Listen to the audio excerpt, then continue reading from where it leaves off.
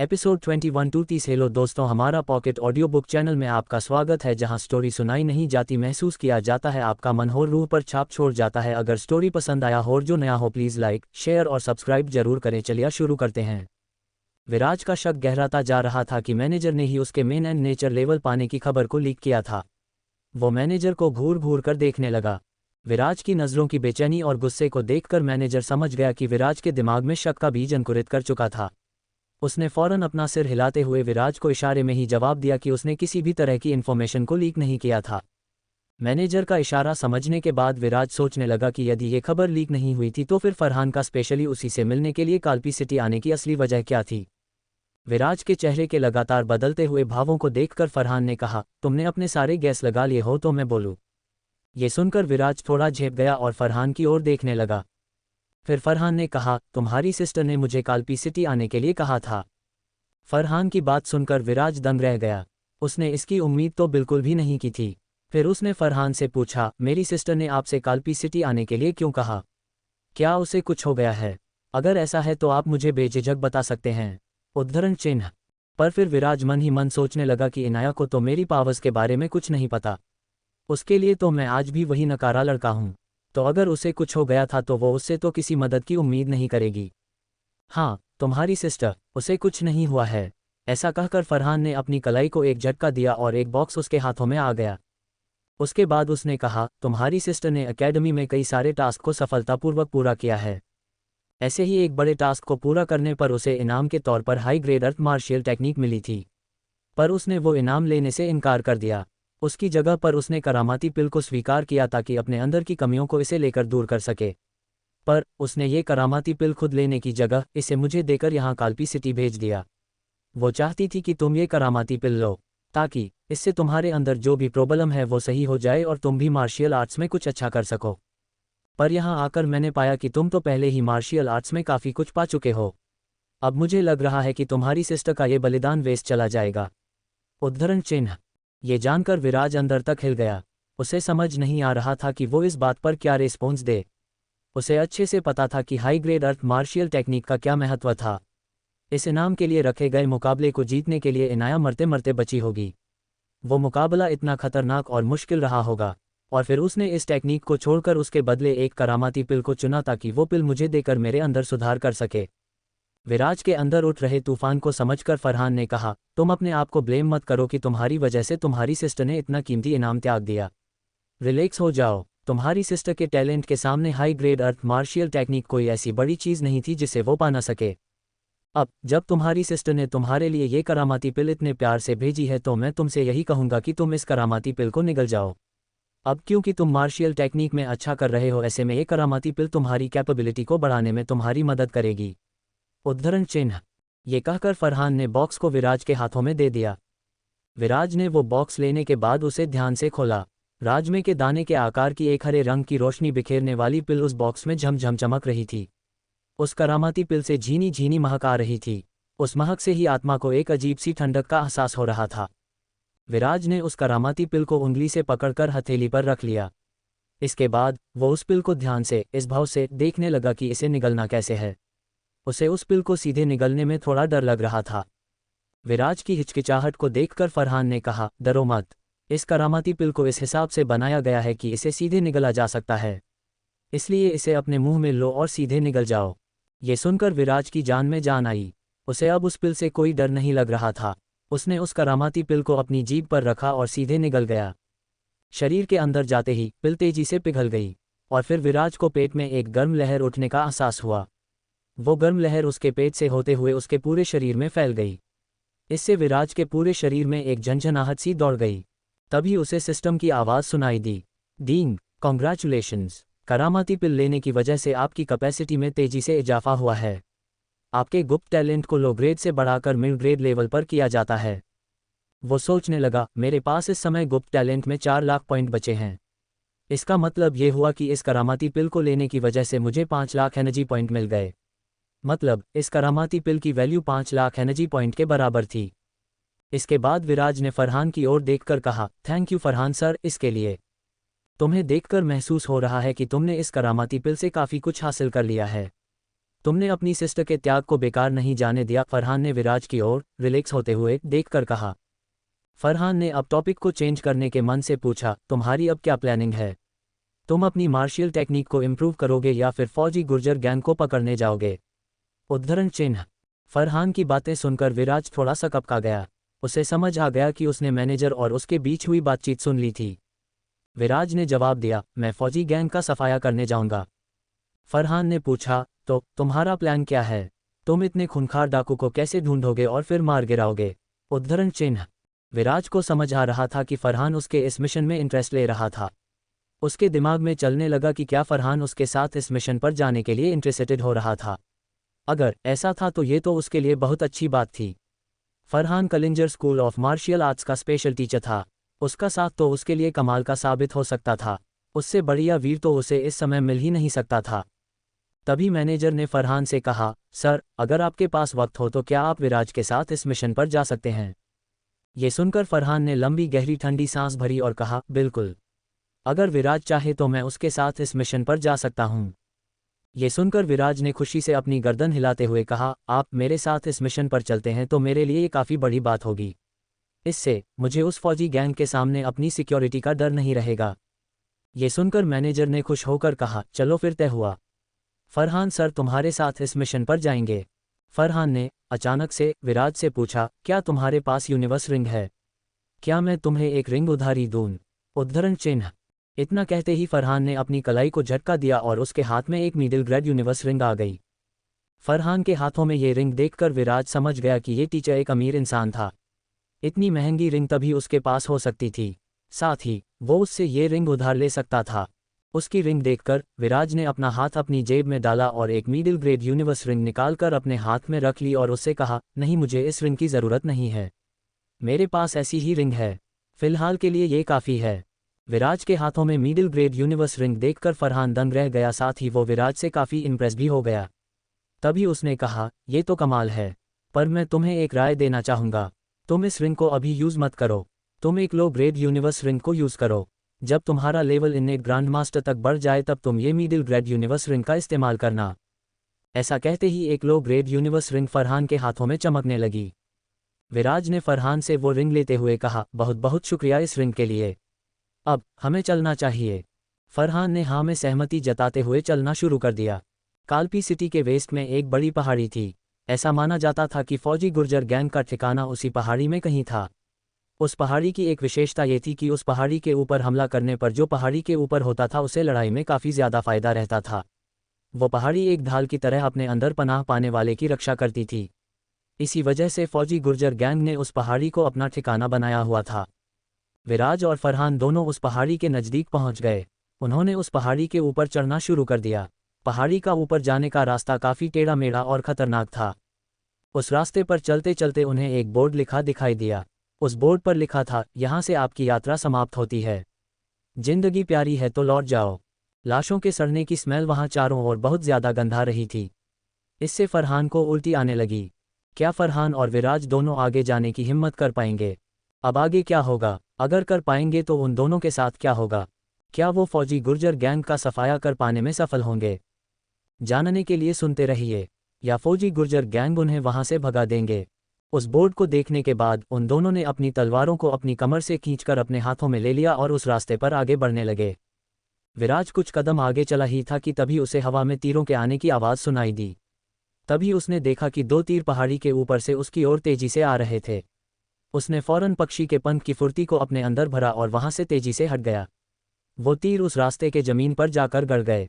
दो डाकू जिन्होंने अपने हाथों में तीर कमान ले रखे थे, वो पहाड़ी के ऊंचाई वाले भाग पर दिखाई दिए। तभी उन दोनों डाकू ने फिर से अपने तीर कमान से दो तीर विराज के ऊपर छोड़ दिए। दोनों तीर तेजी से विराज की ओर गए और फिर विराज को भेद कर विराज के पीछे खड़े पेड़ पर जाकर लग गए। ये नज़ारा देखकर तो दोनों डाकुओं की आंखें खुली की खुली रह गई। उन्हें लगा कि दिन में ही उन्होंने अपने सामने कोई भूत देख लिया था। विराज के पक्षी के पंख की ताकत अब लो ग्रेड पावर तक पहुंच चुकी थी। इस वजह से वो एक जगह पर अपनी इमेज को कुछ देर तक रोके रख सकता था। विराज पहले ही उस जगह से हट चुका था पर उसने अपनी झलक को कुछ देर के लिए वहां रोके रखा। इससे दोनों डाकू को यह भ्रम हो गया कि विराज अभी भी उसी जगह पर खड़ा था, जबकि विराज वहां से हट चुका था।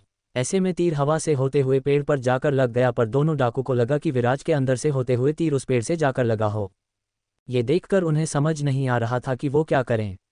उनके तीर विराज को भेद कर आगे निकल गए थे और विराज को एक खरोच तक नहीं आई थी। उन्हें दिन में ही चक्कर आने लगे। तभी विराज तेजी से भागते हुए उन दोनों डाकुओं तक पहुंच चुका था। वो उन दोनों डाकुओं के सामने आकर खड़ा हुआ। ये देखकर दोनों चौंक उठे। उन्हें समझ नहीं आया कि अभी तो वो वहां खड़ा था और अभी एकदम से उनके सामने कैसे आ गया। विराज ने क्रॉस तलवार टेक्निक का इस्तेमाल किया और हमला इतना ज्यादा घातक था कि दोनों की तुरंत मौत हो गई। तभी उसके दिमाग के अंदर आवाज गूंज उठी, डिंग, कॉन्ग्रेचुलेशंस, 2 डाकुओं को मारने पर इनाम में आपको 200 एनर्जी पॉइंट मिलते हैं। फरहान विराज की रफ्तार, लचक, उसके तलवार चलाने की दक्षता, इन सभी को देखकर गदगद हुए जा रहा था। वो सोचने लगा, अगर इसकी टेक्निकल पावर थोड़ी और बढ़ जाए तो ये निश्चित रूप से Kalinjar school of martial arts में एडमिशन लेना डिजर्व करता है। फरहान जब ये सब सोच रहा था उस समय विराज उन दोनों डाकुओं को मारने के बाद बस खड़ा ही हुआ था कि उसके दिमाग में सिस्टम की आवाज़ गूंज उठी, डींग, कॉन्ग्रेचुलेशंस, आपको Kalinjar school of martial arts में एडमिशन लेने के लिए आंका जा रहा है। इससे आपने एक स्पेशल असाइनमेंट को ट्रिगर कर दिया है। आपको अगले 1 साल के अंदर Kalinjar school of martial arts का स्टूडेंट्स बनना है। इस असाइनमेंट का रिवार्ड है 2 लाख एनर्जी पॉइंट, साथ में लॉटरी खेलने का एक मौका और एक स्पेशल गिफ्ट। असाइनमेंट पूरा न कर पाने पर कोई भी सजा नहीं मिलेगी। सिस्टम की ये बातें सुनकर विराज फरहान की तरफ देखने लगा। उसे समझ नहीं आ रहा था कि फरहान उसे Kalinjar school of martial arts में एडमिशन दिलाने के लिए विचार क्यों कर रहा था। उसने उन डाकुओं को मारने में काफ़ी अच्छी क्षमता का परिचय दिया था। ये क्षमता काल्पी सिटी में भले ही बेजोड़ मानी जाए पर Kalinjar school of martial arts में तो ये नॉर्मल ही मानी जाएगी। वहाँ पर तो जीनियस योद्धाओं की कोई कमी नहीं थी। फिर उसने सोचा जो भी हो क्या फ़र्क पड़ता है। ऐसा सोचते हुए उसने एक और डाकू को मार गिराया जो अचानक पीछे से वहाँ पर प्रकट हो गया था। डिंग, कॉन्ग्रेचुलेशंस, 3 डाकुओं को मारने पर आपको 300 एनर्जी पॉइंट दिए जा रहे हैं। विराज फरहान के पास आकर खड़ा हो गया। फरहान ने कहा, जितना तुम्हारी सिस्टर ने तुम्हारे बारे में बताया था उस हिसाब से तो तुमने कमाल का परफॉर्मेंस दिया है। दोनों ने उस पहाड़ी का चप्पा चप्पा छान मारा, फिर भी उन्हें फौजी गैंग के ठिकाने के बारे में कुछ भी पता नहीं चल रहा था। तभी विराज को एक रास्ते पर चलते हुए 2 पहाड़ों के बीच से एक पतला रास्ता जाते हुए दिखाई दिया। उसने फरहान से कहा, मुझे लगता है हमें इस पतले रास्ते से चलकर देखना चाहिए। फरहान बोला, हाँ ये ठीक रहेगा। गैंग का ठिकाना ज़रूर कोई सीक्रेट जगह पर है। खुली जगहें तो हमने सारी छान मारी है। वो दोनों उस पतले रास्ते से होकर आगे बढ़ने लगे। उन्हें कुछ दूर चलने पर कुछ शोर सुनाई दिया। शोर को सुनकर दोनों चौकन्ने हो गए। तभी उन्हें वहां पर तेजी से किसी के आने की आवाज़ सुनाई दी। दोनों एक बड़े पत्थर के पीछे छुप गए। उन्होंने देखा कि 2 डाकू घोड़ों पर बैठकर कहीं जा रहे थे। उन दोनों को देखकर दोनों की खुशी का कोई ठिकाना नहीं रहा। आखिरकार उन्होंने फौजी गैंग के ठिकाने का पता लगा ही लिया था। उन दोनों के जाने के बाद वो उस बड़े पत्थर के पीछे से बाहर आए और आगे चलने लगे। उन्हें आगे चलने पर एक बड़ा सा काले रंग का गेट दिखाई दिया। वो समझ गए कि यही उनका ठिकाना था। विराज ने फौरन अपने अंदर मेन एंड नेचर की ताकत को भरा और क्रॉस तलवार टेक्निक के गेट क्रैकर वार टेक्निक का इस्तेमाल करते हुए उस लोहे के गेट पर तलवार दे मारी। इस भीषण प्रहार से एक भीषण आवाज़ के साथ गेट के कई टुकड़े हो गए। गेट के टूटने से चारों ओर धूल का तूफान उठ खड़ा हुआ। वो फौजी गैंग का मेन ठिकाना था, ऐसे में बड़ी संख्या में डाकू वहां मौजूद थे। गेट के टूटने की भीषण आवाज़ से वहां पर खलबली मच गई। विराज गेट तोड़कर अंदर आया तो उसने देखा कि सामने एक खुली जगह है। वो जगह चारों ओर से चट्टानों से घिरी हुई थी। चट्टानों के ऊपर डाकू बैठे हुए थे। सामने एक जगह पर कुछ डाकू चूल्हा जलाकर खाना पका रहे थे। उसके लेफ्ट साइड कुछ डाकू एक भट्टी के पास बैठकर हथियार बना रहे थे। राइट साइड में काफ़ी सारे टेंट बने थे जिनमें वो डाकू रह रहे होंगे। गेट टूटने पर चट्टानों के ऊपर बैठे सभी डाकू तेजी से उतरकर नीचे आ गए। नीचे में भी सभी डाकू गेट के पास आकर इकट्ठा हो गए। उन्हें यकीन ही नहीं हो रहा था कि किसी की इतनी हिम्मत कैसे हो गई थी कि फौजी गैंग के ठिकाने पर इस तरह धावा बोल सके। सभी डाकुओं के हाथों में तलवार लहरा रही थी। विराज और फरहान अपनी तलवार लिए उनके सामने खड़े थे। तभी एक डाकू ने चीखते हुए कहा, तू कौन हो? तेरी इतनी हिम्मत कि हमारे गेट को तोड़ डाला। क्या तुझे अपने जीवन से प्यार ना है? उद्धरण चिन्ह। अपने सामने डाकुओं को यूं खड़ा देख विराज की आंखों में एक कातिलाना रूप उतर आया। वो वहशी मुस्कान लिए चिल्लाया, मैं विराज वर्धन फैमिली से तुम्हारे गैंग का सफाया करने आया हूँ। विराज के ये शब्द सुनकर फरहान को लगा कि कुछ ज्यादा ही नहीं बोल गया ये लड़का। हालांकि उसके लिए उन डाकुओं का सफाया करना कोई खास बड़ी बात नहीं थी, पर उसके हिसाब से विराज के लिए उनका खात्मा कर पाना आसान नहीं था। वो सभी मिलकर अगर विराज पर हमला कर देते हैं तो विराज के लिए इसे झेल पाना आसान नहीं होगा। ये सुनकर डाकुओं में गुस्से का उबाल मारने लगा। उन्होंने विराज पर हमला करने के लिए अपनी तलवारें तैयार कर ली। विराज भी तैयार खड़ा था। तभी पीछे से एक तेज आवाज आई। विराज ने देखा कि सामने की चट्टान के अंदर से दो लोग बाहर निकल कर आए। उन दोनों लोगों में जो लीडर था वो एक लंबा चौड़ा बड़ी बड़ी मूंछों वाला इंसान था। उसके चेहरे पर कट के 3 लंबे और गहरे निशान थे। 2 निशान उसके दाईं गाल पर थे और एक निशान उसके बाएं गाल पर था। इससे उसका चेहरा एक न रहकर कई पार्ट्स में बट गया था। उसकी आंखों में क्रोध की लहर उबाले मार रही थी। उसके पीछे चलने वाला आदमी लीडर की तुलना में पतला था। उसकी आंखों में धूर्तता नंगा नाच कर रही थी। वो दोनों चलते हुए गेट के पास आ गए। सभी डाकू जो विराज पर हमला करने वाले थे लीडर की आवाज़ सुनकर वही खड़े रह गए थे। तभी वो लीडर चिल्लाया, किसकी मौत आगी से, जो यहाँ मरण खातर चला आया। फिर उसने नज़दीक आकर देखा कि सामने एक 14-15 साल का लड़का खड़ा था। तो वो ये देखकर दंग रह गया। उसे यकीन नहीं हो रहा था कि उस समय जब बच्चा स्कूल में पढ़ने जाता है ये लड़का अपनी मौत के लिए यहाँ आ गया था। लीडर बोला, रे छोरे, तने पता भी है कि तू किसके ठिकाने पे आके हल्ला काट रहा है? जा चला जा, अभी भी टाइम है तेरे पास। अब एक बार तू और चिल्लाया तो मेरी कटार होगी और तेरा सर। फरहान के दिमाग में चल रहा था कि विराज को अकेले ही लड़ने दिया जाए। जब तक वो अकेले ही झेल सकता है उसे अकेले ही लड़ने दिया जाए। वो तो विराज की कैपेबिलिटी आंकने में लगा था। विराज ने ये सुनकर आंखों में गुस्से की ज्वाला लाते हुए कहा, ये तो वक्त बताएगा कि किसकी कटार होगी और किसका सर। एक डाकू दूसरे डाकू से बोला, ये लड़का ज्यादा हीरोगिरी में आ रहा है। अब जग्गा सरदार ही बताएंगे इसे इसकी औकात। ये सुनकर जग्गा गुर्जर की आंखों में खून उतर आया। वो गुस्से से कांपने लगा। उसने अपनी तलवार को उठाया और विराज के ऊपर कूद पड़ा। तभी पीछे से आकर फरहान ने अपनी तलवार से जग्गा गुर्जर के वार को रोक लिया। उसने जग्गा गुर्जर को अपनी पीछे आने को मजबूर किया। जग्गा फरहान के पीछे दौड़ पड़ा। फरहान दौड़ते हुए गेट से बाहर आ गया। जग्गा भी दौड़ते हुए गेट से बाहर आ गया। जग्गा के बाहर आते ही फरहान उसके सामने खड़ा हो गया। दोनों के बीच में फाइट शुरू हो गई। फिर फरहान ने अपनी उंगलियों को किसी स्पेशल टेक्निक से घुमाया और जग्गा के गर्दन पर दे मारी। गर्दन पर फरहान की उंगलियों के पड़ते ही जग्गा बेहोश हो गया। इसके बाद फरहान वापस गेट के अंदर गया और विराज की ओर देखकर कहा, इसका कुछ देर का इलाज बन चुका है, तब तक तुम बाकी डाकुओं से निपट लो। ये देखकर विराज के अंदर एक अलग ही हिम्मत आ गई। उसने जग्गा के पीछे चल रहे पतले डाकू को देखा और उसकी तरफ तेजी से लपक पड़ा। उस पतले डाकू का नाम जोरावर था। जैसे ही विराज उसके पास आया, जोरावर ने विराज के दोनों हाथ पकड़ लिए। तभी उसके मुंह से निकल पड़ा, 4th ग्रेड मार्शियल मास्टर। इतना कहते ही वो वहां से गायब हो गया और कुछ ही दूरी पर जाकर खड़ा हो गया। उसके चेहरे पर खून की प्यास उभर आई। वो लावे की तरह गुस्से में धड़क रहा था। वो चिल्लाया, अगर तू मरना ही चाहता है तो ठीक है, मैं तेरी ये इच्छा अभी पूरी किए देता हूँ। ये सुनकर एक डाकू बोला, second chief movement skill peak of perfection पर जा चुके हैं। मार्शियल टेक्निक में upper class yellow rank level को पार कर चुके हैं। अब तो इस विराज की खैर नहीं। बड़ा आया, मैं वर्धन फैमिली का विराज। अभी सेकंड चीफ इसकी सारी गर्मी निकाल देंगे। क्या विराज सेकंड चीफ का सामना कर पाएगा? दोनों की लड़ाई किस अंजाम पर जाकर खत्म होगी? क्या विराज फौजी गुर्जर गैंग का सफाया कर पाएगा? जानने के लिए सुनते रहिए। जोरावर और विराज तलवार लिए एक दूसरे के सामने खड़े थे। तभी जोरावर अपनी इमेजेस को तेजी से पीछे छोड़ते हुए विराज के पीछे आकर खड़ा हो गया। एक सेकंड के लिए विराज को समझ ही नहीं आया कि जोरावर अचानक से कहाँ गायब हो गया। पर तभी उसने महसूस किया कि कोई उसके पीछे खड़ा था। वो फौरन समझ गया कि जोरावर मूवमेंट स्किल का यूज करके उसके पीछे जा चुका था। जोरावर जो कि विराज के पीछे खड़ा था, उसने अपनी कमर से एक खंजर बाहर निकाल लिया। वो खंजर बेहद नुकीला और पैना था। जोरावर ने उस खंजर को विराज की ओर बढ़ा दिया, पर विराज तो समझ चुका था कि जोरावर उसके पीछे खड़ा था। उसने फौरन पक्षी के पंख की फुर्ती का इस्तेमाल किया और बिजली से भी तेज रफ्तार से वहां से गायब हो गया। जोरावर का खंजर हवा में ही हिचकोले खाता हुआ रह गया। जोरावर की आंखों के सामने विराज खड़ा था, पर खंजर उसे ना लगकर उसके आर पार चला गया था। उसे कुछ समझ नहीं आया।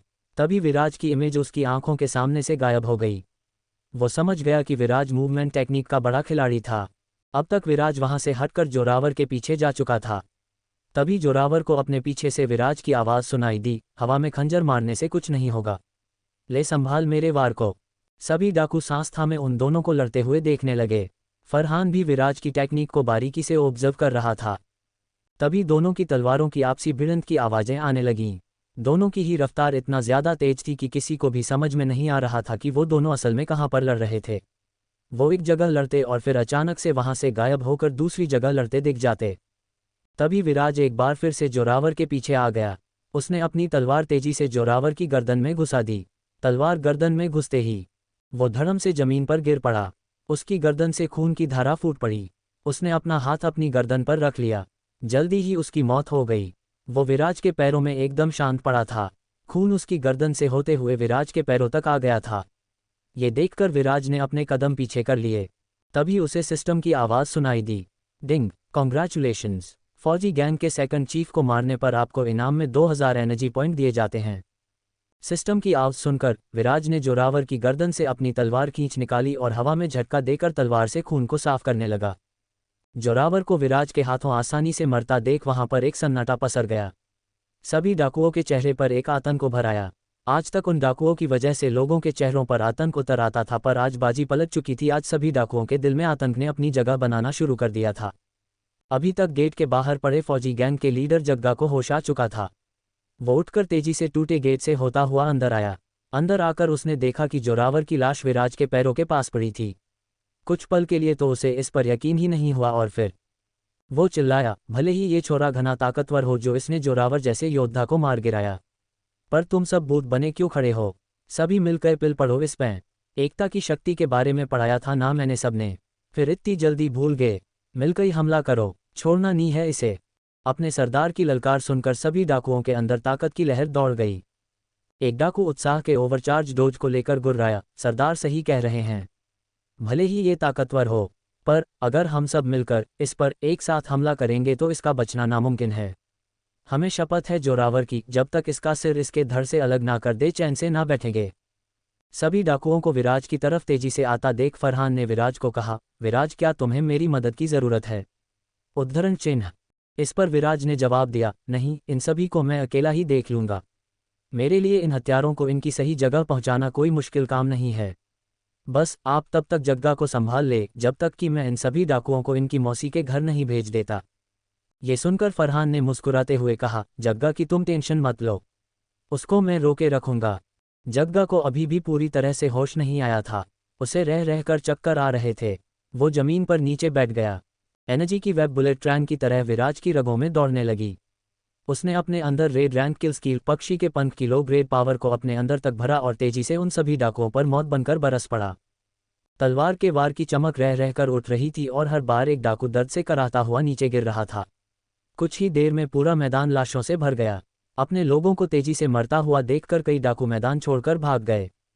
तभी विराज के दिमाग में सिस्टम की आवाज़ गूंज गई, डिंग, कॉन्ग्रेचुलेशंस, 23 डाकुओं को मारने पर इनाम में आपको 2300 एनर्जी पॉइंट। विराज की टेक्निक देखने के बाद फरहान सोचने लगा, विराज की movement skill red rank kill skill पक्षी के पंख में लो ग्रेड पावर रैंक तक पहुंच चुकी है। वो मार्शियल टेक्निक में मेन एंड नेचर प्राप्त कर चुका है। इसकी तलवार टेक्निक भी लो ग्रेड पावर रैंक तक जा चुकी है। खबरों के मुताबिक विराज को मार्शियल आर्ट्स आए कुछ ही दिन हुए हैं और इतने कम टाइम में इसने अपने लेवल को इतना ज़्यादा बढ़ा लिया है। ये कैसे मुमकिन है? उद्धरण चिन्ह। फिर फरहान ने विराज को इस नज़र से देखा कि जैसे वो विराज को न देखकर किसी राक्षस को देख रहा था, जिसका साइज दिन दुगनी और रात चौगुनी रफ्तार से बढ़ रहा था। केवल कुछ दिनों में ही Viraj high class red rank martial technique में मेन एंड नेचर लेवल, पक्षी के पंख में low grade power rank, cross तलवार technique main and nature level, साथ ही गुप्त टैलेंट में लो ग्रेड पावर रैंक, आत्मा की ताकत में परफेक्शन लेवल तक पहुंच गया था। मुझे याद नहीं कि Kalinjar school of martial arts में कोई भी कभी इतने कम समय में इतने ज़्यादा लेवल को पार कर सका हो। ऐसी जगह जहां पर दुनिया भर के जीनियस लोग इकट्ठा होते हैं। कालपी सिटी में कुछ दिन पहले ही किसी ने मार्शियल टेक्निक में मेन एंड नेचर लेवल को छुआ था। पूरे शहर ने वो नज़ारा देखा था। ये सोचकर फरहान ने विराज की ओर संशय भरी नज़रों से देखा और सोचा, कहीं वो इंसान विराज तो नहीं था। उद्धरण चिन्ह। जब फरहान कालपी सिटी आया था तो कलिंजर स्कूल के मैनेजर से उसने पूछा था कि किसने मेन एंड नेचर के लेवल को छुआ था। तब मैनेजर ने बताया था वह कलिंजर स्कूल का ही एक एक्सपर्ट था जो कि किसी काम से कालपी सिटी आया हुआ था। यहाँ पर ध्यान लगाते हुए उसने मेन एंड नेचर लेवल को छू लिया था। इसके बाद वो कालपी सिटी छोड़कर चला गया। उस समय तो फरहान ने उसकी बात पर यकीन कर लिया था, पर अब विराज की कैपेबिलिटी देखने के बाद उसे मैनेजर की बातों में झूठ की बू आने लगी। कलिंजर स्कूल और Kalinjar school of martial arts में हमेशा से ही जीनियस लोगों को अपने पास रखने की होड़ लगी रहती थी। शायद इसलिए मैनेजर ने मुझे सही बात न बताई हो। ताकि वो इस जीनियस को अपने पास रख सके। अगर ऐसा है तो मैनेजर मुझे विराज की सच्चाई क्यों बताने लगा? उद्धरण चिन्ह। अगर ये लड़का इतने कम वक्त में मेन एंड नेचर लेवल को अचीव कर सकता है तो अगले साल के Kalinjar school of martial arts के दाखिले में इसका नाम भी होना चाहिए। काश इसका लेवल थोड़ा और अप होता तो ये सीधे ही वहां पर दाखिला ले पाता। ये सब सोचते सोचते फरहान विराज की ओर देखने लगा। उसने ध्यान दिया कि विराज उसकी ओर देखकर उसे कुछ कह रहा था। विराज फरहान को लगातार आवाज़ें दे रहा था। फिर फरहान ने कहा, हाँ बोलो। विराज बोला, अब मैं फौजी गुर्जर गैंग के लीडर जग्गा गुर्जर से लड़ने के लिए तैयार हूँ। ये सुनकर फरहान हंसने लगा और बोला, वो तो कब से तुम्हारा शिकार करना चाह रहा है। मैंने उसको बेहोश कर दिया था, पर उसको होश आ गया था। वो देखा वहां पर वो बैठा है। जाओ तुम वहां पर और उसका खात्मा करो। अगर मेरी कोई ज़रूरत पड़े तो मैं यहीं पर खड़ा हूँ। तुम मुझे इशारा दे देना, मैं आ जाऊंगा। जोरावर एक 9th ग्रेड मार्शियल मास्टर था, जिसे मारकर विराज को एक अलग ही मजा आया था। अब जग्गा गुर्जर की बारी थी। वो एक 2nd grade grand martial master था। अभी तक जग्गा पूरी तरह से होश में आ चुका था। अपनी आंखों के सामने पूरे गैंग को मरता देख उसके अंदर गुस्से का ज्वालामुखी फट पड़ा था। कितने ही सालों की मेहनत से उसने ये गैंग खड़ा किया था। एक एक आदमी को जोड़ने में और उसे ट्रेंड करने में कितनी ही मेहनत और समय उसने दिया था, और इस लड़के ने कुछ ही पलों में उसके पूरे गैंग का सफाया कर दिया था। अब उसके जीवन का एक ही उद्देश्य बचा था, वो था उस लड़के विराज को मौत के घाट उतारना। हालांकि उसे ये बात समझ आ चुकी थी कि वो फरहान को नहीं हरा सकता था, पर अब उसे इसकी फिक्र कहाँ थी। उसे तो बस विराज का खात्मा करना था। कुछ भी करके एक 4th ग्रेड मार्शियल मास्टर उस गैंग का सफाया नहीं कर सकता था जिससे पूरा काल्पी सिटी थरथर कांपता था। वो चीखते हुए विराज की तरफ तेजी से झपटा। फिर उसने अपनी तलवार बाहर निकाली और गायब हो गया। वो हवा में विराज के चारों ओर ऐसे घूमने लगा कि जैसे वो कोई भेड़िया हो जो अपने शिकार पर हमला करने से पहले उसे पूरी तरह नाप लेना चाहता हो। तभी एक लाल रंग की तेज धार विराज के चेहरे के पास प्रकट हुई। इस धार को देखकर विराज सतर्क हो गया। वो तेजी से अपनी जगह को बदलने लगा। वो जहां भी जाता वहां लाल रंग की तेज धार उसका पीछा करने लग जाती। विराज अपनी पूरी स्पीड से उस तेज धार से बचने की कोशिश कर रहा था। उसके माथे से पसीना पानी के झरने की तरह बहने लगा। जग्गा की टेक्निक देखने के बाद वो सोचने लगा, mid grade red rank sabre technique. Balveer और जोरावर की तुलना में जग्गा की ये टेक्निक बिना किसी सवाल के एक अलग ही ऊंचाई तक पहुंच चुकी थी। विराज के चेहरे पर डर के बादल मंडराने लगे। क्या विराज फौजी गुर्जर गैंग के चीफ जग्गा को मारकर अपना असाइनमेंट पूरा कर पाएगा? क्या जग्गा को मारने के लिए विराज को फरहान की मदद लेनी पड़ेगी? क्या जग्गा विराज को मारकर अपनी गैंग की मौत का बदला ले पाएगा? जानने के लिए सुनते रहिए। जिस तरह से जग्गा अपनी तलवार से विराज पर वार किए जा रहा था, विराज को अपने बचने का कोई रास्ता नहीं सूझ रहा था। विराज तेजी से अपनी आफ्टर इमेजेस छोड़ता जा रहा था। जग्गा की तलवार बार बार उसकी छोड़ी गई आफ्टर इमेज पर आकर पड़ रहे थे।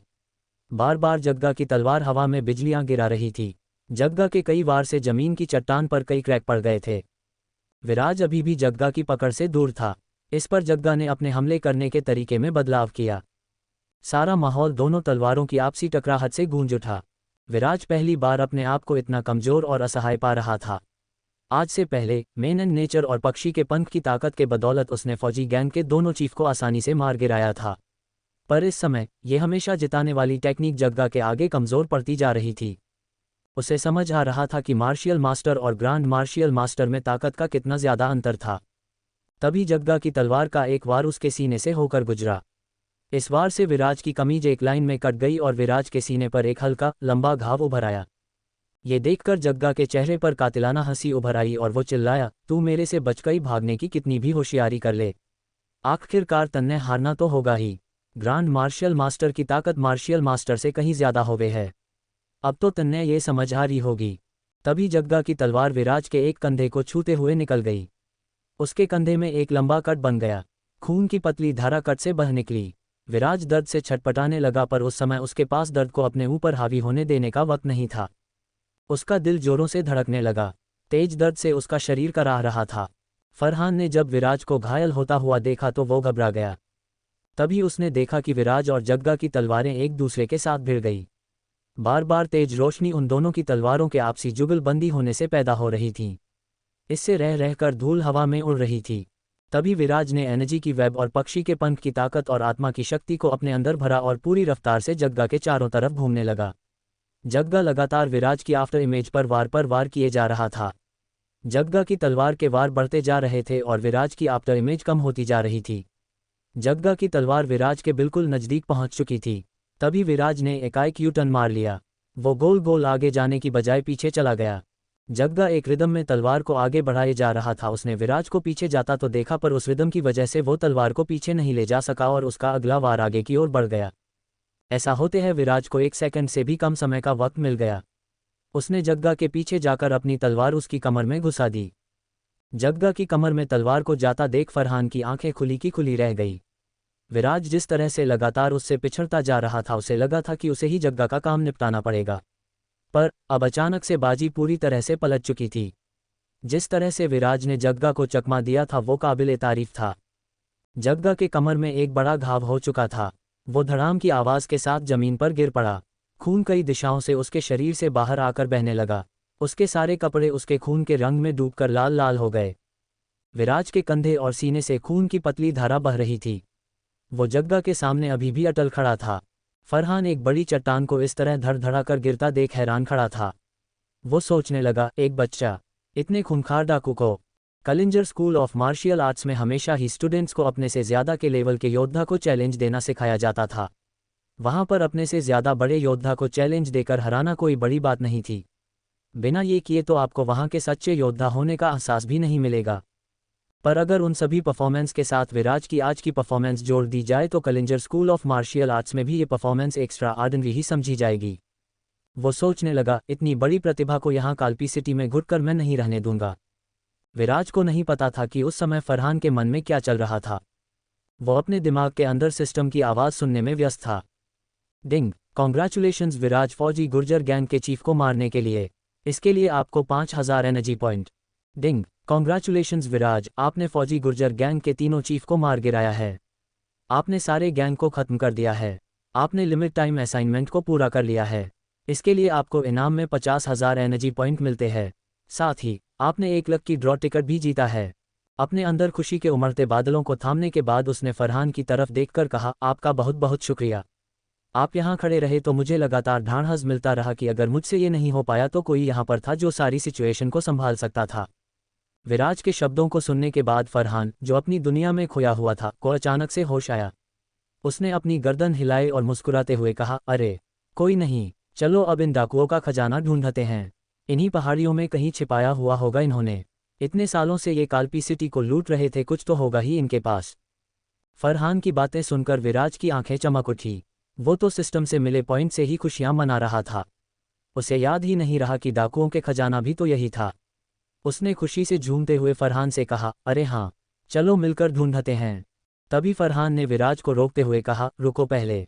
ये सुनकर विराज रुक गया और फरहान की तरफ देखने लगा। फरहान ने अपनी कलाई को झटका दिया और एक सफ़ेद रंग की गोली उसके हाथ में प्रकट हो गई। फिर उसने विराज से कहा, इस दवाई को पहले ले लो। ये गोली शरीर पर लगे बाहरी जख्मों को जल्दी से हील कर देती है। ऐसा कहकर उसने वो गोली विराज की तरफ उछाल दी। विराज ने जल्दी से वो गोली लपक ली। उसने वो गोली अपने मुंह में रखते हुए फरहान को थैंक यू कहा और फिर वो दोनों उस जगह में अंदर की ओर चलने लगे। विराज मन ही मन फरहान के प्रति काफ़ी कृतज्ञता महसूस कर रहा था, जिस तरह से उसने अब तक उसकी मदद की थी। फरहान को याना से भी ज़्यादा पसंद विराज आया था। वो लोग उस खुली जगह पर बने टेंटों में गए। उन टेंटों में कपड़े बिस्तर के अलावा कुछ और नहीं था। उस खुली जगह पर तो उन्हें कुछ भी काम का नहीं मिला। वो जगह 3 ओर से चट्टानों से घिरी थी। विराज को कुछ समय पहले ही ऐसे ही चट्टानों के अंदर एक गुफा मिल चुकी थी। वो फरहान से बोला, मुझे लगता है कि इन चट्टानों में ही ज़रूर कोई छुपा हुआ रास्ता होगा। वो दोनों चट्टानों का बारीकी से मुआयना करने लगे। तभी फरहान को एक चट्टान के ऊपर कुछ ऊंचाई पर एक बड़ा सा छेद दिखाई दिया। उसने विराज से कहा, वो देखो, हमें ऊपर चढ़कर उस छेद को एक बार देखना चाहिए। दोनों उस चट्टान के ऊपर चढ़ गए। वहां जाकर उन्होंने देखा कि उस छेद से होकर एक पतला और छोटा रास्ता अंदर की ओर जा रहा था। दोनों को उस छोटे रास्ते से होकर जाने के लिए अपने घुटनों के बल बैठना पड़ा और फिर घुटनों के बल चलते हुए वो उस छोटे रास्ते के अंदर जाने लगे।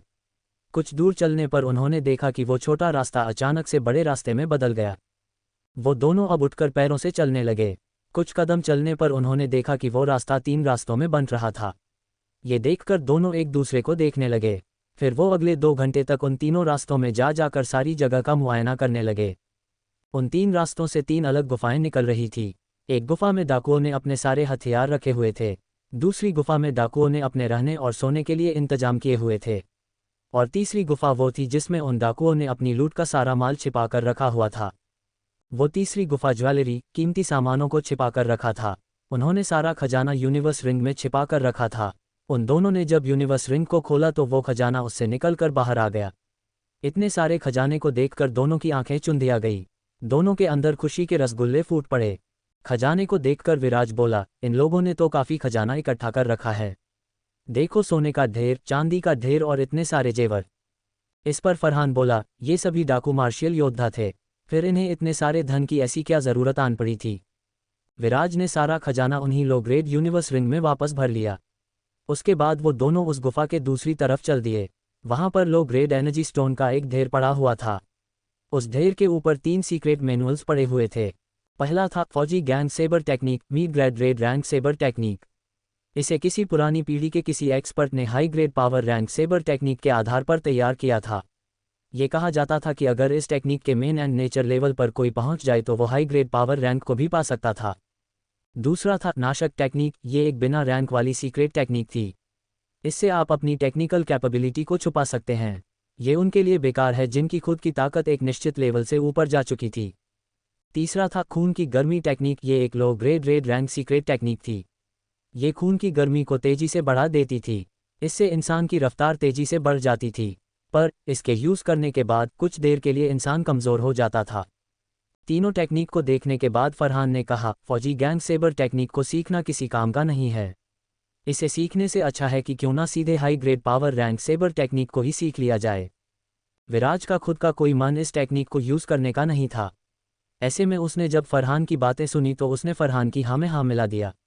वो भी अपने कीमती एनर्जी पॉइंट इस टेक्निक पर खराब नहीं करना चाह रहा था।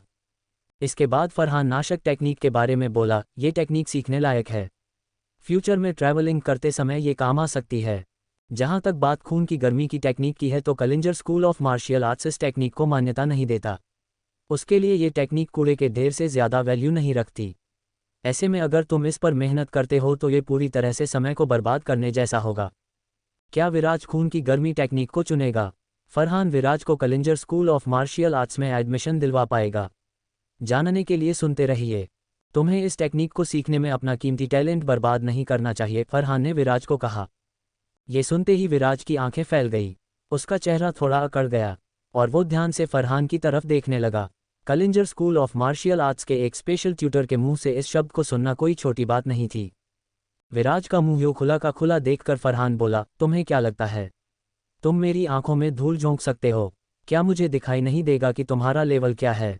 सच कहूं तो मैंने जब सुना था कि काल्पी सिटी में कुछ दिन पहले किसी ने मेन एंड नेचर लेवल को छुआ था तो मुझे वो एक अफवाह लगी थी, पर अब मैं जानता हूं कि वो कौन था जिसने वो लेवल छुआ था।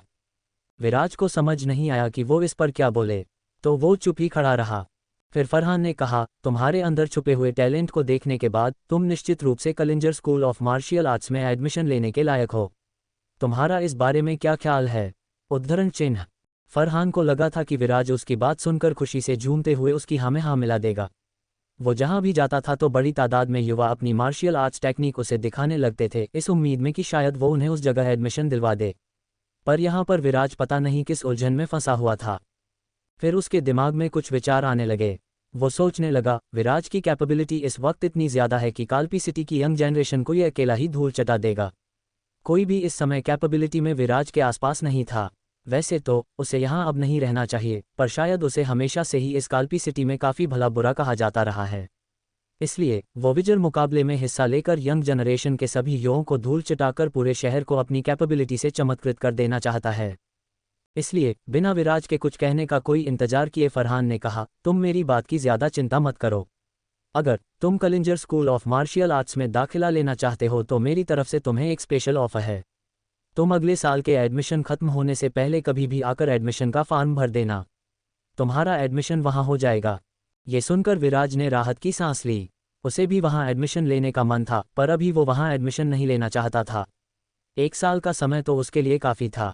1 साल में तो वो अपनी सभी संभावनाओं के द्वार खोल चुका होगा। उसके बाद कोई फर्क नहीं पड़ता कि कितना जीनियस वो दिखने लगेगा। वो कुछ अच्छी भाग्यशाली मुलाकातों का बहाना बनाकर अपनी कैपेबिलिटी को लॉजिकली सही साबित कर देगा। उसने बिना किसी हिचकिचाहट के मुस्कुराते हुए कहा, इतने महान संस्थान में पढ़ने का अगर मुझे मौका मिलता है तो मेरे और मेरी फैमिली के लिए तो ये काफ़ी गर्व की बात होगी। मैं सही समय पर वहां पहुंच जाऊंगा। विराज की हाँ सुनकर फरहान ने अपनी कलाई को एक झटका दिया और उसके हाथ में एक टोकन आ गया। वो टोकन देखने में बहुत चमकीला था और उसकी सजावट बेहद खास किस्म की थी। उसने वो टोकन विराज के हाथों में दे दिया और कहा, अगले साल जब तुम संस्थान में एडमिशन लेने जाओगे तो इस टोकन को वहां दिखा देना।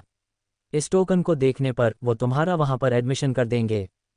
तुमने वहां पर रजिस्ट्रेशन अभी नहीं किया है, इसलिए फिलहाल तो मैं तुम्हें किसी भी टेक्निक या युद्ध कौशल स्किल को नहीं सिखा सकता। विजर मुकाबला खत्म होने के बाद तुम जितना जल्दी हो सके उतना जल्दी संस्थान में एडमिशन लेने पहुंच जाना।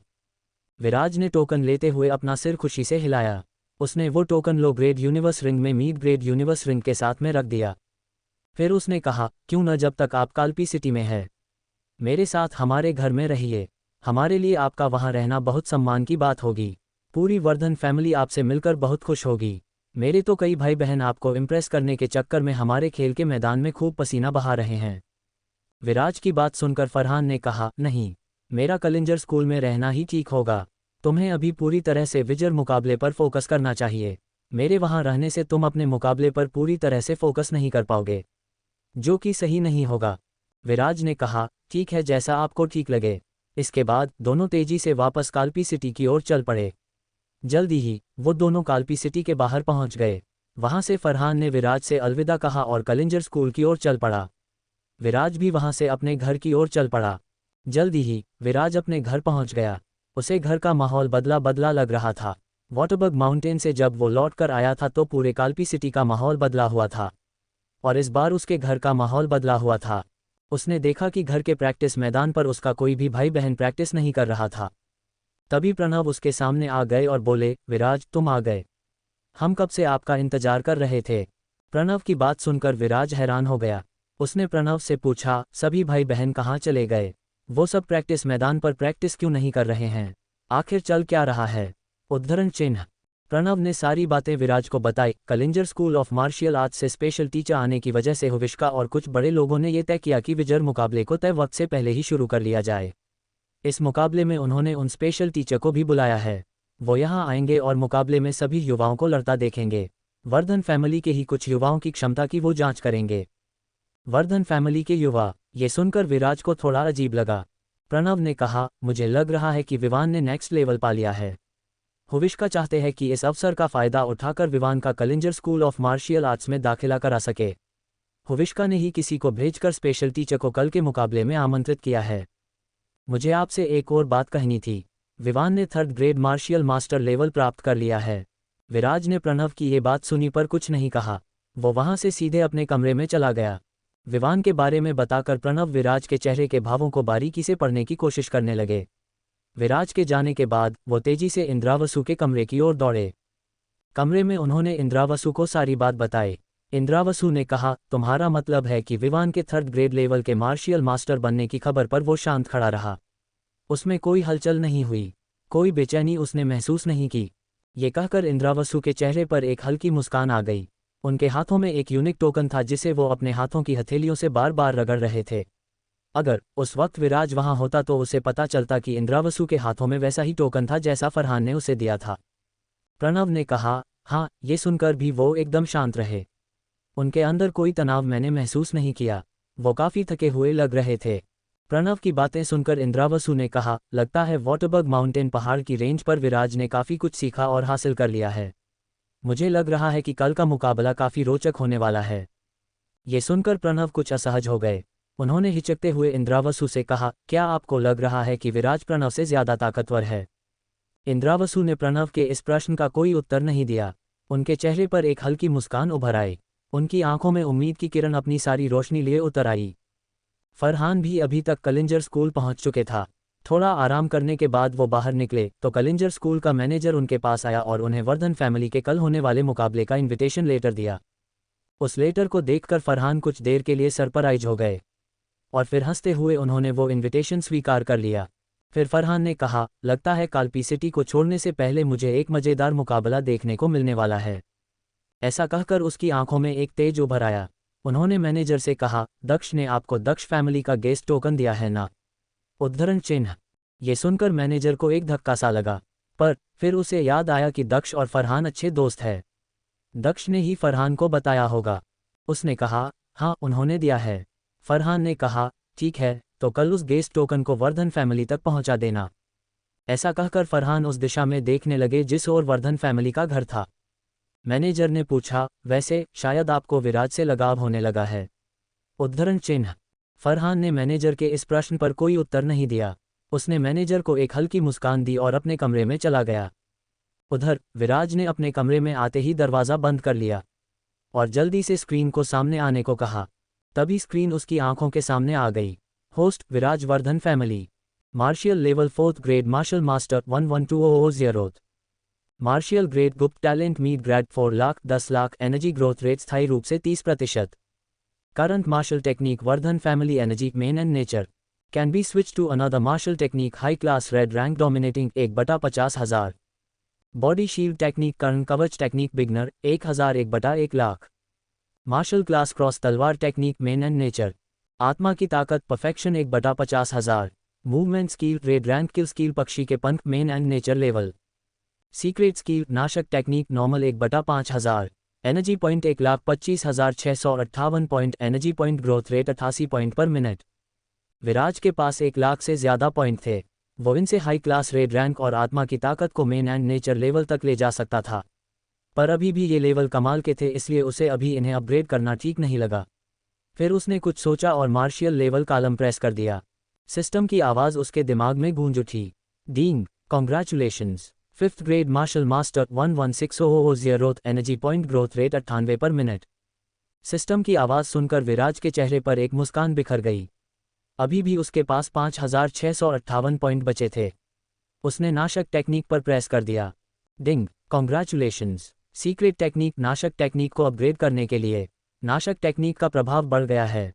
2 बड़े डोमेन वाले योद्धाओं पर यह प्रभावी नहीं होगी। नाशक टेक्निक का प्रभाव अपग्रेड करने पर भी समान ही रहने वाला था। विराज ने नाशक टेक्निक को इसलिए चुना था क्योंकि इतने कम पॉइंट से एक वही टेक्निक थी जो अपग्रेड हो सकती थी। पर अब उसे एक अच्छा सरप्राइज ये मिल गया था कि जहां पहले एक डोमेन को पाने वाले योद्धों पर यह प्रभावी नहीं थी, अब 2 डोमेन को पाने वाले योद्धाओं पर यह प्रभावी नहीं होगी। इसके बाद वो सोने के लिए बिस्तर पर लेट गया। तभी उसके कमरे के दरवाजे पर खटखट की जोर से आवाज़ होने लगी। तेज आवाज़ को सुनकर विराज का चेहरा ठंडा पड़ गया। उसने तेजी से बिस्तर से उठकर कमरे का दरवाज़ा खोल दिया। उसके सामने जो खड़ा था उसके वहां होने की उम्मीद उसने बिल्कुल नहीं की थी। आखिर कौन था जो इतनी जोर जोर से विराज के कमरे का दरवाज़ा खटखटा रहा था? अगले दिन होने वाले मुकाबले में किसका पलड़ा भारी रहने वाला था? क्या विराज वर्धन फैमिली के युवाओं को मुकाबले में हरा पाएगा? जानने के लिए सुनते रहिए। दरवाजे पर तेज आवाज़ में खटखट हो रही थी। विराज ने अपनी तलवार उठा ली और तेजी से दरवाज़ा खोला।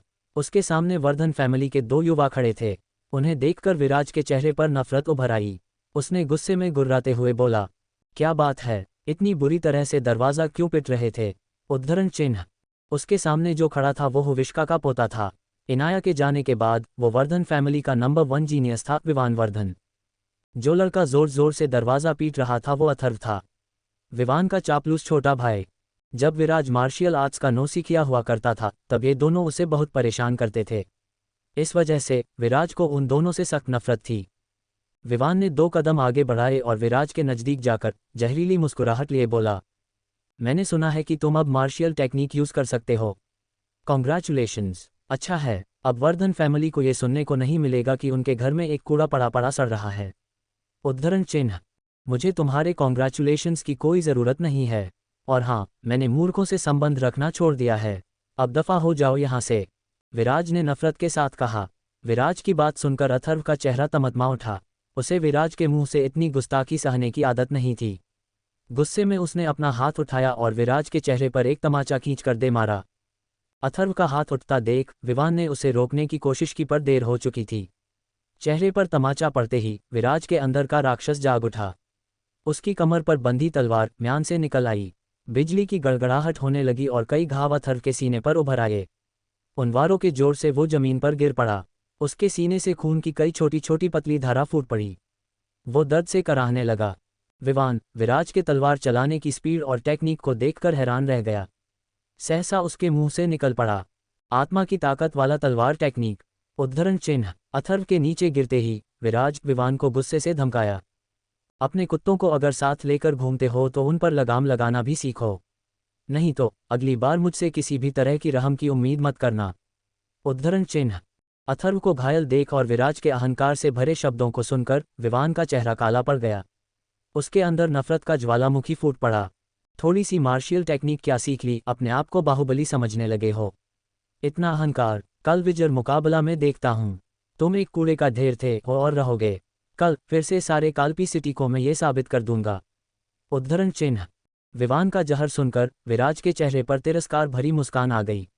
नफरत से विवान की ओर देखते हुए कमरे का दरवाज़ा उसके मुंह पे बंद कर दिया।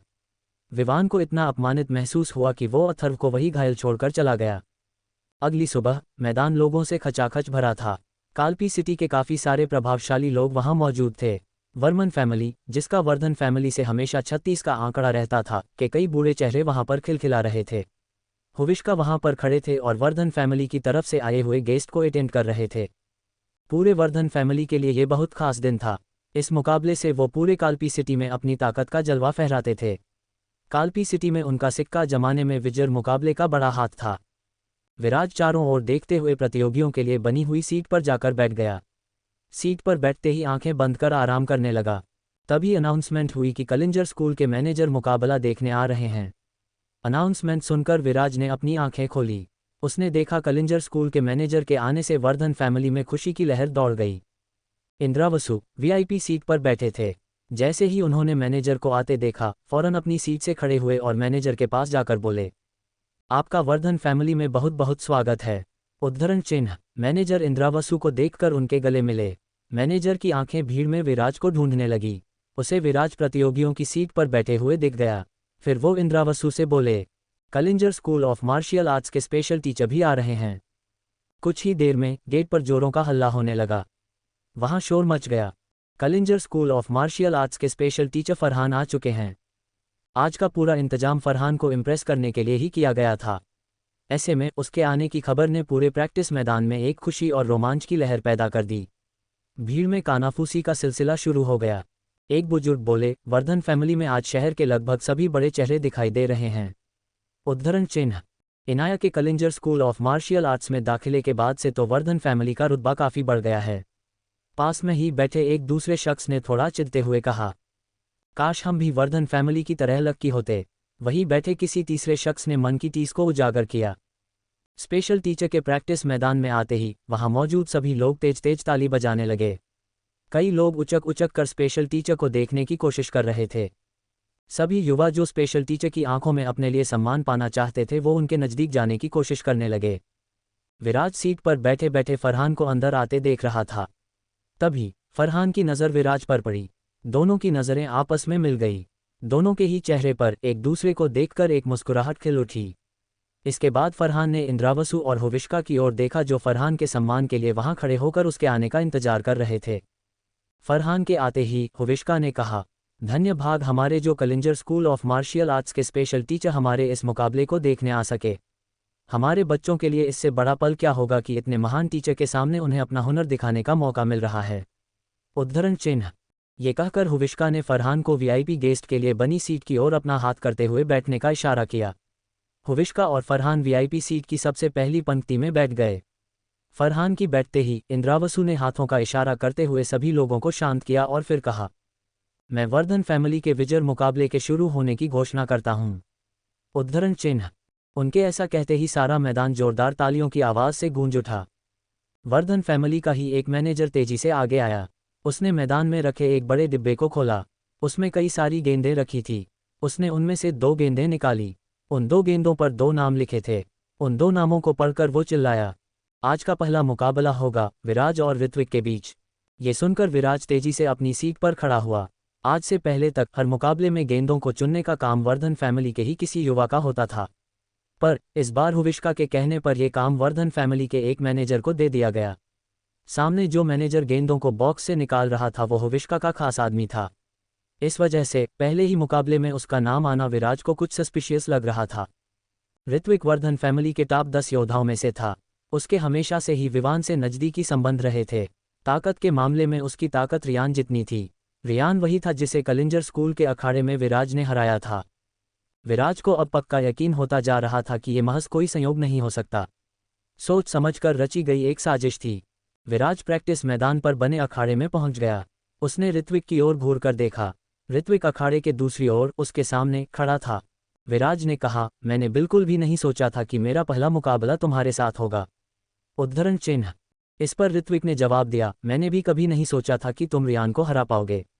सच में तुम्हारा लक कुछ ज्यादा ही उस दिन काम कर गया। उद्धरण चिन्ह। ऋत्विक ने तिरस्कार और गुस्से से विराज की ओर देखा और कहा, पर यह मत समझना कि मैं रियान हूं। आज तुम्हें पूरे काल्पी सिटी के सामने हराकर मैं ये साबित कर दूंगा कि रियान को हराना तुम्हारी अच्छी किस्मत का कमाल था। उद्धरण चिन्ह। ऋत्विक की बातें सुनकर भीड़ में कानाफूसी फिर से शुरू हो गई। एक ने कहा, ऋत्विक तो वर्धन फैमिली के टॉप 10 ताकतवर युवाओं में से एक है। भले ही विराज रियान को हरा चुका है, पर मुझे नहीं लगता कि आज उसकी दाल ऋत्विक के सामने गलने वाली है। उद्धरण चिन्ह। दूसरे ने कहा, मुझे भी ऐसा ही लगता है। इस मुकाबले में ऋत्विक ही विजयी होगा। उद्धरण चिन्ह। तीसरे ने कहा, बेचारा विराज, इस मुकाबले में अगर कुछ हल्के योद्धा इसे मिल जाते तो इसे कुछ अच्छी रैंक मिल सकती थी। अब तो लगता है कि ये पहले ही राउंड में बाहर हो जाएगा। उद्धरण चिन्ह। लोगों की बातें ऋत्विक के कानों तक भी पहुंच रही थीं। ये सुनकर उसका सीना गर्व से फूलता जा रहा था। लोगों की बातें विराज के अंदर ज्वालामुखी को भड़काने वाला काम कर रही थी। उसने गुस्से से कांपते हुए कहा, बस अब बहुत हुआ। किसमें कितना दम है अभी पता चल जाएगा। उद्धरण चिन्ह। तभी वर्धन फैमिली के मैनेजर ने घोषणा की, विजर मुकाबले का पहला मैचअप शुरू होता है। उद्धरण चिन्ह। ऐसा सुनते ही ऋत्विक अपनी तलवार की धार को विराज को दिखाते हुए चीखा, तू आज हारेगा। उद्धरण चिन्ह। ऋत्विक तेजी से विराज की ओर लपका और उसने अपनी तलवार के कई वार विराज के ऊपर कर डाले। विराज ने अपनी तलवार से उसके हर वार को रोक दिया। ऋत्विक की तलवार हर बार अलग तरीके से विराज पर हमला कर रही थी। ये देखकर दर्शकों में से ही कोई चिल्लाया, मून सेवर टेक्निक परफेक्शन। वाह। दूसरे ने कहा, विराज अब इसका सामना कैसे करेगा। मुझे लगता है कि विराज खतरे में है। उद्धरण चिन्ह। दोनों की लड़ाई को देखकर हुविश्का कुटिल मुस्कान दे रहे थे। वो फरहान की ओर झुके और उसके कानों में कहा, आपका ऋत्विक की टेक्निक के बारे में क्या ख्याल है। उद्धरण चिन्ह। फरहान ने कहा, ऋत्विक अभी एवरेज लेवल पर है।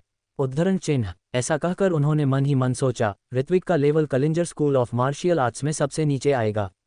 उद्धरण चिन्ह। देखने में लग रहा था कि ऋत्विक के तलवार के वार के सामने विराज अपना डिफेंस बहुत मुश्किल से कर पा रहा है, पर असल में विराज एक सही मौके की तलाश में था। वो ऋत्विक के इस अति उत्साह को लगातार बढ़ावा दे रहा था ताकि वो अति उत्साह में आकर कोई गलती कर बैठे और मौके का फायदा उठाते हुए विराज चीते की तरह अपने शिकार को एक बार में ही लपक ले। मगर इस सोच में एक अनहोनी हो गई। विजर मुकाबले का असली विजेता कौन बनेगा, विवान या विराज। क्या विराज विवान के अंधकार को तोड़कर काल्पी सिटी का नया उभरता हुआ चेहरा। मार्शियल प्रैक्टिस मैदान पर ऋत्विक के वारों को विराज लगातार रोक रहा था। तभी ऋत्विक ज्यादा जोश में आकर विराज की तरफ तेजी से आया। ऋत्विक को तेजी से आगे आता देख विराज फौरन पक्षी के पंख की ताकत का यूज करके तेजी से पीछे हटा। इससे ऋत्विक का वार विराज पर न पड़कर जमीन पर पड़ा। ऐसा होते ही विराज ने क्रॉस तलवार टेक्निक से तलवार के 2 क्रॉस वार कर दिए। हवा में 2 क्रॉस बिजलियां चमक उठीं और जाकर ऋत्विक पर गिर पड़ी। ऋत्विक के सीने पर 2 लंबे बड़े और गहरे निशान उभर आए। सीने पर पड़े तेज प्रहार की वजह से ऋत्विक हवा में पीछे की ओर उछलते हुए अखाड़े के एक कोने पर जाकर नीचे गिर पड़ा। वो घाव इतने गहरे थे कि उन घावों से उसकी हड्डियां तक दिखने लगीं। दर्द ने उसकी आंखों के सामने अंधेरा कर दिया और वो कराहने लगा।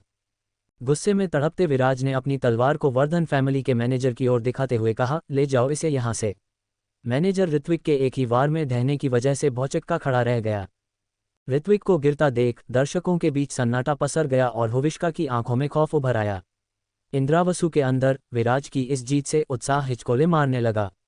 उन्होंने पास रखी एक टेबल पर तेजी से हाथ मारा और चिल्लाते हुए खड़े हो गए, जबरदस्त विराज, कमाल की परफॉर्मेंस। उद्धरण चिन्ह। इंद्रावसु की आवाज़ पूरे प्रैक्टिस मैदान में गूंज उठी। उन्होंने पूरे जोश में भरकर कहा। ये सुनकर लोगों ने ऐसी चुप्पी साध ली। कुछ लोगों के चेहरों पर एक तीखी मुस्कान निकल आई। अगर विराज कचरा है तो फिर काल्पी सिटी के सारी यंग जनरेशन ही कचरा है। उद्धरण चिन्ह। ये कहकर इंद्रावसु को मन की गहराइयों में शांति फील हुई। वो वापस अपनी सीट पर बैठ गए। इंद्रावसु के बैठते ही अचानक से फरहान बोल पड़ा। फरहान ने कहा, इंद्रावसु जी, अगर मैं गलत नहीं हूं तो विराज मेन एंड नेचर स्टेज प्राप्त कर चुका है। उद्धरण चिन्ह। फरहान की तारीफ इंद्रावसु का दिल खिला गया। उन्होंने इसकी बिल्कुल भी उम्मीद नहीं की थी कि फरहान की पारखी आंखें विराज की काबिलियत इतनी जल्दी देख पाएंगी। साथ ही वो ये भी समझ रहे थे कि फरहान की इस बात से काल्पी सिटी में विराज के लिए एक अलग ही माहौल पनप जाएगा। इंद्रावसु ने फरहान की तरफ मुस्कुराते हुए कहा, फरहान जी, आप बिल्कुल ठीक कह रहे हैं। इसने क्रॉस तलवार टेक्निक में मेन एंड नेचर लेवल को छू लिया है। उद्धरण चिन्ह। फरहान की बातें सुनकर विवान के अंदर गुस्से का तूफान खड़ा हो गया। उसने अपने दांतों को जोर से रगड़ा, फिर एक लाल रंग की गोली को बाहर निकाला और चुपके से मुंह में डाल लिया। उसे मुंह में गोली डालते हुए फरहान और विराज ने देख लिया। फरहान की बारीक नज़रों से वो बच नहीं पाया, और विराज तो लगातार उसे ही देखे जा रहा था। फरहान और विराज दोनों उस गोली से अच्छी तरह से वाकिफ थे। उस गोली का यूज़ लो लेवल के योद्धा अपनी ताकत को बढ़ाने के लिए करते थे। गोली का नाम था किस्मती गोली। केवल मार्शियल मास्टर ही उसे ले सकते थे। इसे लेने से मार्शियल मास्टर का 2 लेवल अप हो जाता था। इसका असर केवल 1 दिन तक रहता था। असर खत्म होने पर मार्शियल मास्टर फिर से 2 लेवल नीचे चला जाता था। विराज विवान के सारे खेल को समझ रहा था। इसके बाद उसने वर्धन फैमिली के मैनेजर की तरफ गुस्से से कहा, अभी तक परिणाम घोषित क्यों नहीं हुए हैं? वर्धन फैमिली का मैनेजर ऋत्विक को गिरा देखकर अभी तक बुत बना खड़ा था। विराज के शब्द से उसने अपने आप को संभालते हुए घोषणा की, यंग मास्टर विराज विजयी होते हैं। उद्धरण चिन्ह। तभी सिस्टम की आवाज़ विराज के कानों में गूंज उठी। डींग, कॉन्ग्रेचुलेशंस, ऋत्विक को हराने के लिए आपको 500 एनर्जी पॉइंट दिए जाते हैं। सिस्टम की आवाज़ सुनकर विराज ने अपना सिर हिलाया और वापस जाकर प्रतियोगियों के लिए बनी सीट पर बैठ गया। तभी अगले मैच की घोषणा हो गई। अगला मैच विवान और अर्नव के बीच होना था। विवान के अंदर विराज को कुचल देने के तरीकों पर मीटिंग चालू थी। जब उसने ये घोषणा सुनी तो वो तेजी से अपने अंदर से बाहर आया और उठकर अखाड़े की ओर चला गया। अर्नव भी अखाड़े पर आ गया। उसने अपने शरीर को थोड़ा हिलाया और फिर विवान की तरफ देखकर बोला, भाई विवान, अपने भाई पर दया रखना। उद्धरण चिन्ह। उसकी बात सुनकर विवान मुस्कुराया और बोला, तुम टेंशन मत लो। ये सुनकर अर्नव की आंखें चमक उठीं। उसने फौरन विवान को कहा, थैंक यू भाई। उद्धरण चिन्ह। रेफरी के मैच शुरू करते ही अर्नव ने अपनी तलवार को हवा में उठाया और ताड़ के पेड़ की तरह की मुद्रा बनाकर विवान पर फैल गया। विवान को अर्नव की इस टेक्निक से कोई फर्क नहीं पड़ा। वो अर्नव के इस ताड़ के पेड़ की मुद्रा के नीचे गया और फिर उसने अपने हाथों को कुछ खास एंगल में घुमाया। उसके ऐसा करते ही ताड़ के पेड़ का एंगल ध्वस्त हो गया। विवान ने अर्नव के कंधे को एक हाथ से पकड़ा और उसे हवा में उठाकर फेंक दिया। अर्नव अखाड़े के एक कोने पर जाकर गिर पड़ा। गिरते ही अर्नव ने कहा, मुझे लगा था कि मेरी ताड़ का पेड़ टेक्निक जरूर काम करेगी। तुम्हारे लिए इसे तोड़ना आसान नहीं होगा। उद्धरण चिन्ह। इसके बाद अर्नव ने निराशा के साथ कहा, मैं अपनी हार स्वीकार करता हूँ। उद्धरण चिन्ह। विवान ने अपना हाथ अर्नव को देते हुए कहा, भाई तुम्हारी ताकत में गजब का इजाफा हुआ है। मुझे पूरा यकीन है कि इस ताकत के साथ तुम वर्धन फैमिली के टॉप 10 युवाओं में से एक हो जाओगे। उद्धरण चिन्ह। ये कहने के बाद विवान ने इंद्रावसु की ओर देखा और कहा, अंकल, विजर मुकाबले का एक नियम है। पिछली बार के विजर मुकाबले के विजेता के पास ये मौका होता है कि वो अगले साल होने वाले विजर मुकाबले में यदि किसी युवा को जिसने इस साल मुकाबले में हिस्सा लिया हो चैलेंज देना चाहता है तो दे सकता है। सही कह रहा हूं ना मैं? उद्धरण चिन्ह। इस पर इंद्रावसु ने जवाब दिया, तुमने ठीक कहा, पर इस नियम से जुड़े कई और उप नियम भी है। पहला तो ये कि जिसे चैलेंज दिया जाए उसकी ताकत आपकी ताकत जितनी ही होनी चाहिए। साथ ही जिसे चैलेंज मिला है वो चैलेंज को स्वीकार करे। उद्धरण चिन्ह। इंद्रावसु को समझ आ रहा था कि विवान के दिमाग के अंदर क्या खिचड़ी पक रही थी, पर यह नियम तो उनके भी दादा परदादा के समय से चलता आ रहा था, इसलिए वो चाहकर भी इस नियम के बाहर नहीं जा सकते थे। इंद्रावसु का जवाब सुनकर विवान के चेहरे पर एक तेज उभर आया। उसने विराज की ओर देखा और कहा, भाई विराज, मैं तुम्हारी मेन एंड नेचर की क्रॉस तलवार टेक्निक की ताकत देखना चाहता हूँ। क्या तुम मुझे ये टेक्निक दिखाओगे? लोगों ने जब विवान का चैलेंज सुना तो उनके चेहरे पर हैरानी के भाव आ गए। वो सभी आपस में बातचीत करने लगे। एक ने कहा, अब तो खेल में पहले से कहीं ज्यादा मजा आने वाला है। देखते हैं विराज क्या इस चैलेंज को एक्सेप्ट करता है। उद्धरण चिन्ह। दूसरे ने कहा, विराज के पास अब चारा ही क्या बचा है। आज से पहले भी ऐसे चैलेंज जब भी दिए गए कोई मना नहीं कर पाया, और अगर किसी ने चैलेंज लेने से मना किया तो उसकी कोई इज्जत नहीं बची, भले ही वो कितना ही ताकतवर क्यों न रहा हो। इसलिए चैलेंज तो विराज को लेना ही पड़ेगा। उद्धरण चिन्ह। तीसरे ने कहा, वर्धन फैमिली बेरहम हो रही है। विराज एक फर्स्ट ग्रेड मार्शियल मास्टर है, भले ही उसके पास मेन एंड नेचर तलवार टेक्निक हो, फिर भी उसका सामना विवान से कराना जो थर्ड ग्रेड मार्शियल मास्टर है क्रूरता है। उद्धरण चिन्ह। दूसरे ने कहा, अरे, इस फैमिली में भी आपसी रंजिशें चलती है। सुना है इंद्रावसु और हुविष्का के बीच कुछ खास नहीं बनती। दोनों फैमिली पर अपना कंट्रोल चाहते हैं। बस वही खेल यहाँ चल रहा है। उद्धरण चिन्ह। तीसरे ने कहा, तब तो बढ़िया है। विराज हारे या विवान, हमारे लिए तो दोनों में ही अच्छा है।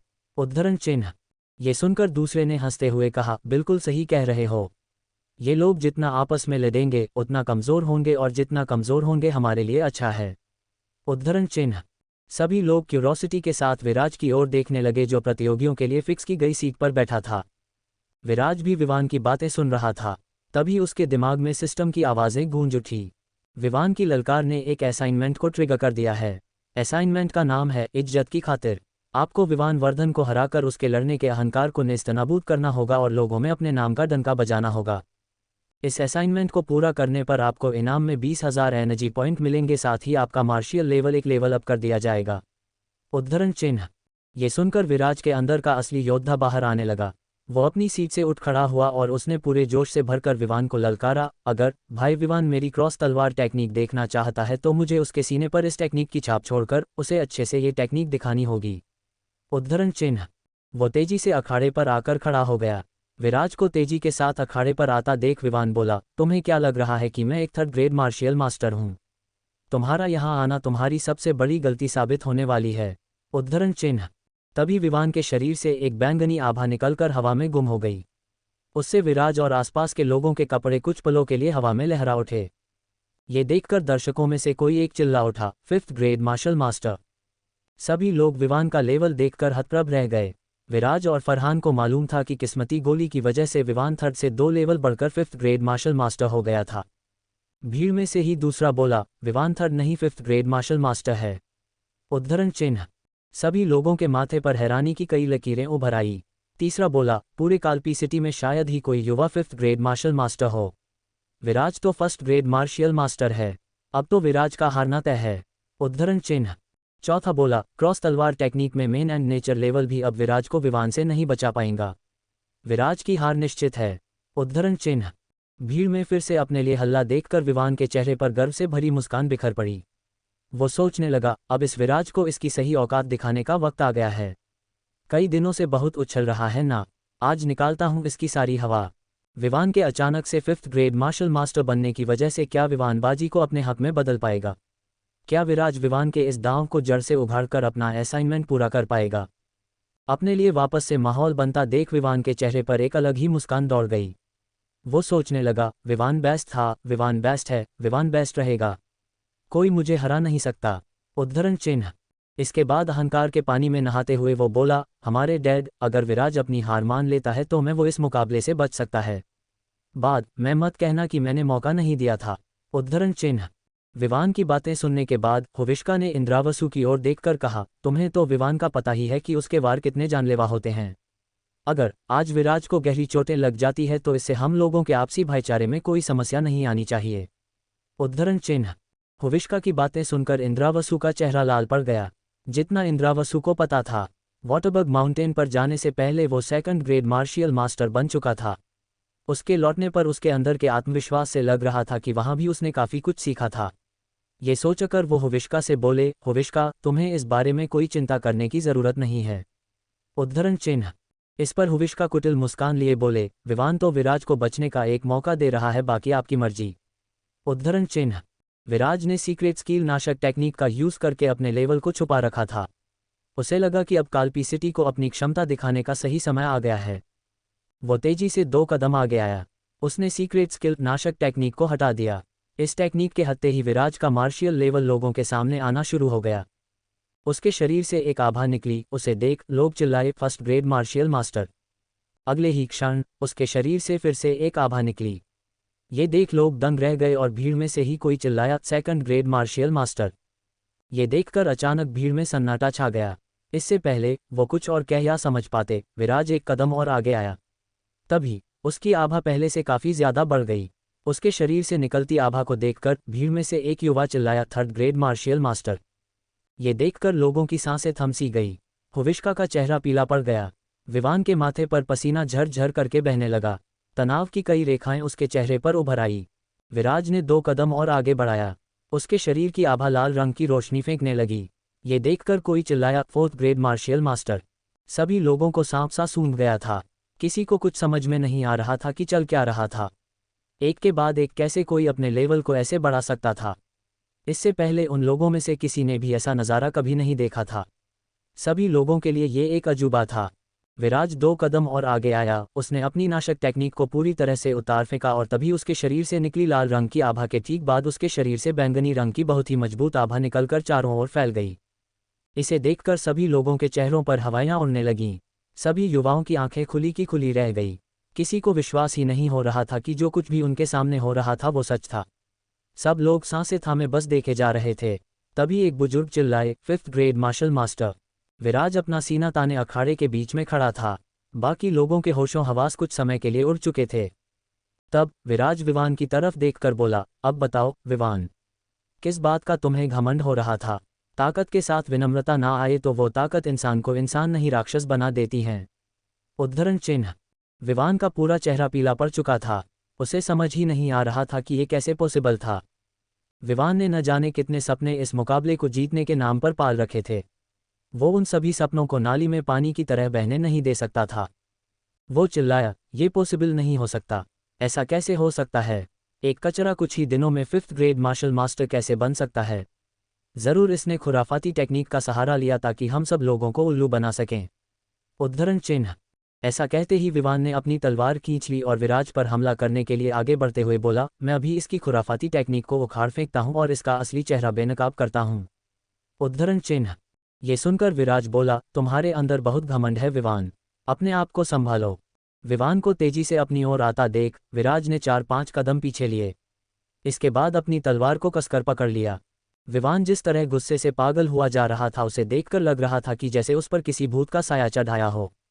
उसने तेजी से आगे बढ़कर अनगिनत प्रहार विराज के ऊपर बरसा दिए। तलवारों की अनगिनत चमक से विराज के ऊपर की हवा चमक उठी।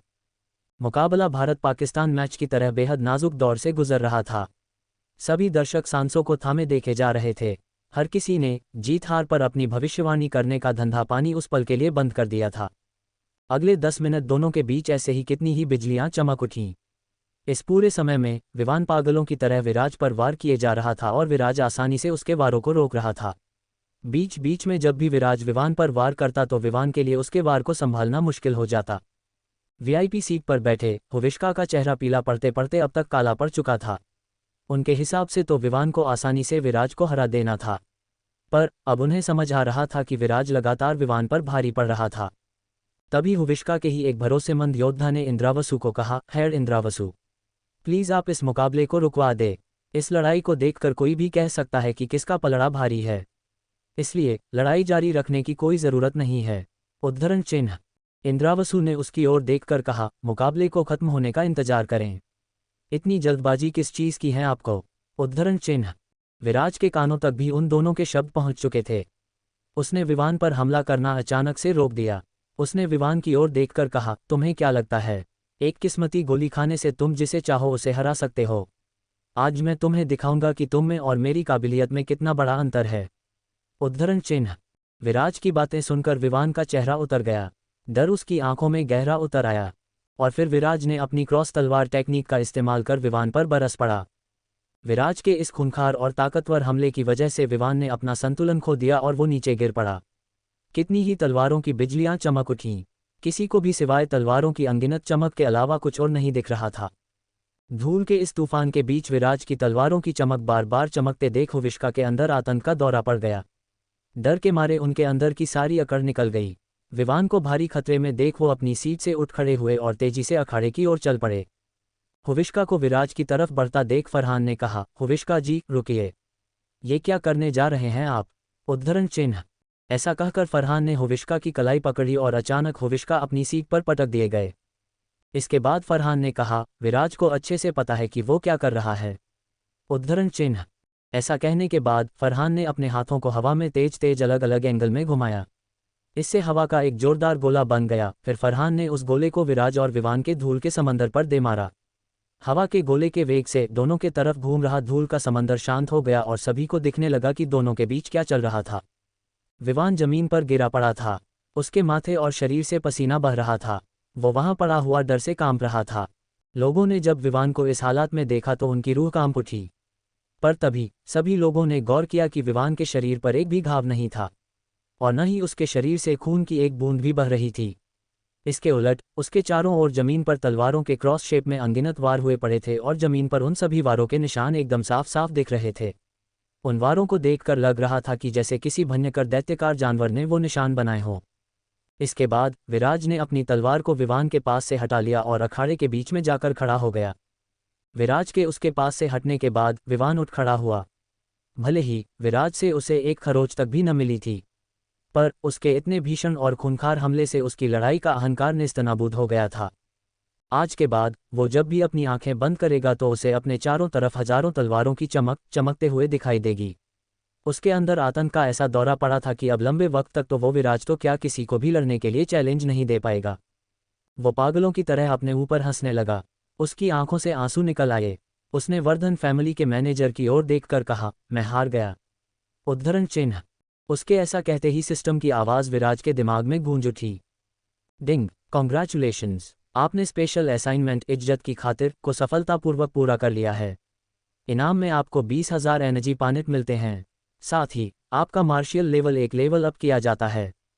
डिंग, कॉन्ग्रेचुलेशंस, अब आप 6th ग्रेड मार्शल मास्टर बनते हो। ये सुनते ही विराज अपने अंदर एनर्जी की वेब को एक अलग ही रफ्तार और ताकत के साथ महसूस करने लगा। तभी एक सफ़ेद रंग की आभा उसके शरीर से निकलने लगी। वो अपने अंदर एक अलग ही ताकत महसूस करने लगा। लोग जो अभी तक विवान की हालत देखकर सदमे में थे, अब जब उन्होंने विराज के चारों ओर सफ़ेद रंग की आभा निकलते हुए देखी तो उनकी आंखें खुली की खुली रह गई। उन्हें समझ नहीं आया कि सिर्फ एक ही दिन में वो कितनी बार अपनी आंखों के सामने ऐसे अजूबों को होता देखेंगे। तभी दर्शकों में से कोई चिल्लाया, 6th ग्रेड मार्शल मास्टर, ये तो फिर से अगले लेवल पर जा रहा है। सभी लोग ये नोटिस कर रहे थे। जैसे जैसे लोगों को ये समझ आता जा रहा था वैसे वैसे उनके अंदर हैरानी बढ़ती जा रही थी। ये सुनकर विवान आंखें फाड़ फाड़ कर विराज की ओर देखने लगा। उसे अपनी आंखों पर भरोसा ही नहीं हो रहा था। विराज सिर्फ एक फाइट लड़ते लड़ते नेक्स्ट लेवल पर जा चुका था। उसने किस्मती गोली खाई थी। कल वो फिर से 3rd ग्रेड मार्शियल मास्टर हो जाएगा। इसके बाद तो उसकी और विराज की ताकत में जमीन आसमान का अंतर होने वाला था। ये सोचकर उसकी रूह अंदर तक कांप गई। मतलब अब वो कभी विराज के आसपास तक भी नहीं पहुंच पाएगा। ये सोचकर उसके अंदर निराशा की ऐसी आंधी उठी कि वो गिरकर अपने घुटनों के बल बैठ गया। वीआईपी सीट पर बैठे हुए इंद्रावसु और फरहान को छोड़कर सभी लोग विराज को देखकर बावले हुए जा रहे थे। विराज की ताकत ने पूरे काल्पी सिटी में खलबली मचा दी थी। पर ताकत के साथ दुश्मनी भी मुफ्त में आती है। ऐसे में क्या विराज के सामने कोई बड़ी मुसीबत आने वाली थी? जानने के लिए सुनते रहिए। विराज की ताकत को देखकर सभी लोग हतप्रभ थे। विवान, जो कि वर्धन फैमिली का सबसे ताकतवर युवा समझा जा रहा था, वो घुटने के बल डरा, सहमा और हारा हुआ बैठा था। मामले की गंभीरता को समझते हुए कलिंजर स्कूल के मैनेजर ने चीफ हुविश्का की तरफ देखकर कहा, मुझे नहीं लगता कि अब विजर मुकाबले को आगे ले जाने का कोई फायदा है। हम सब लोग विराज की ताकत को देख चुके हैं। ऐसे में मुझे नहीं लगता कि लोग अब किसी और युवा के बीच का मुकाबला देखने में दिलचस्पी लेंगे। उद्धरण चिन्ह। मेरा मानना है कि विराज ही बिना किसी शक के इस बार के विजर मुकाबले के विजेता है। उद्धरण चिन्ह। सभी लोग कलिंजर स्कूल के मैनेजर की बातें सुनकर उसके प्रति सहमति का भाव दिखाने लगे।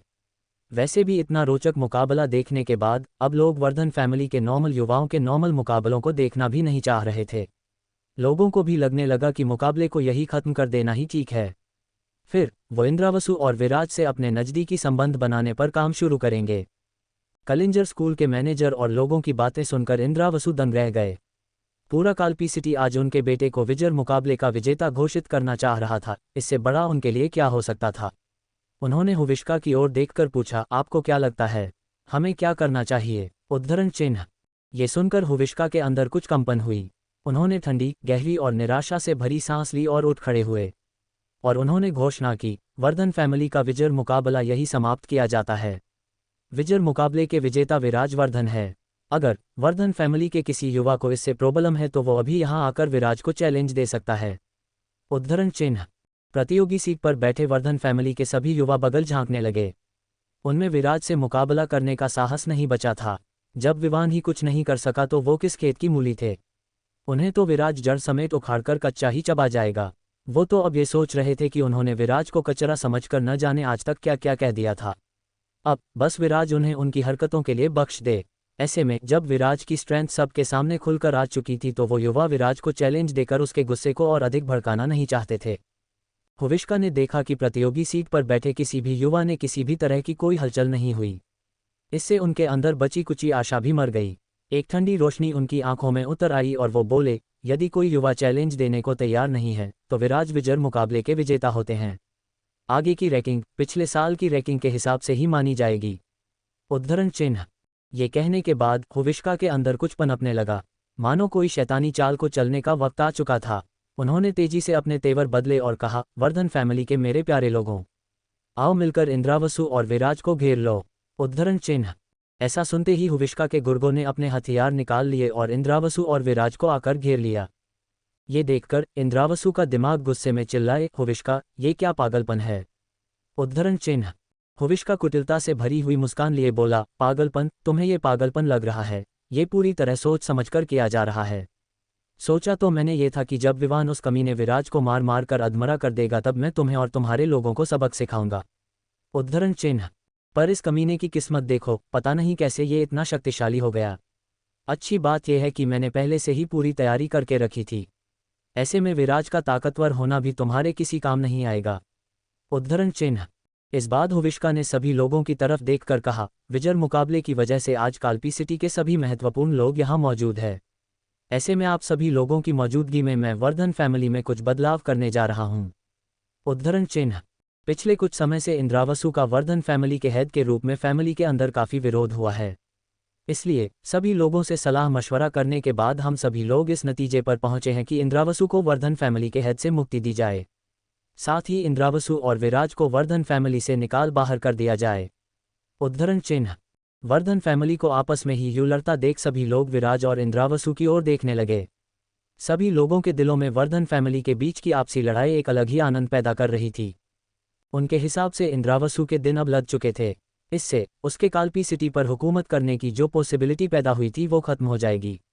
और अगर इंद्रावसु और विराज किसी तरह बाजी को पलट देते हैं तो भी उन्हें इससे कोई फर्क नहीं पड़ता। उस मुकाबले को देखने वर्मन फैमिली के लोग भी आए हुए थे।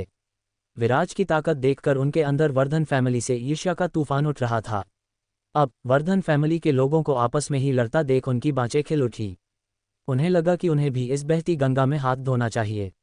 विराज को इसी समय यदि उखाड़कर फेंक दिया जाए तो आने वाले समय में वो उनके लिए कोई बड़ी मुसीबत नहीं बन पाएगा। वो फौरन तेजी से हुविश्का के पास गए और बोले, भाई हुविश्का, इंद्रावसु काल्पी सिटी के लिए कैंसर है। वर्मन फैमिली इस कैंसर को मिटाने में तुम्हारा साथ देना चाहती है। उद्धरण चिन्ह। जिस तरह वहां हुविश्का के पक्ष में माहौल बनता जा रहा था उससे सभी लोगों को लगने लगा कि इंद्रावसु और विराज के लिए अब इससे उबरना पॉसिबल नहीं होगा। हुविश्का अपने पत्ते खोल चुका था, माहौल भी उसके हिसाब से बनने लगा था, पर अब दूसरे पक्ष के पत्ते खुलने का समय आ गया था। तभी कलिंजर स्कूल के मैनेजर होठों पर एक मुस्कान लेकर बोले, मुझे नहीं लगता कि इस खबर को देने का इससे अच्छा कोई और दिन हो सकता था। हुविश्का, मुझे दूसरों की परवाह नहीं है, मगर आप विराज पर हमला नहीं कर सकते।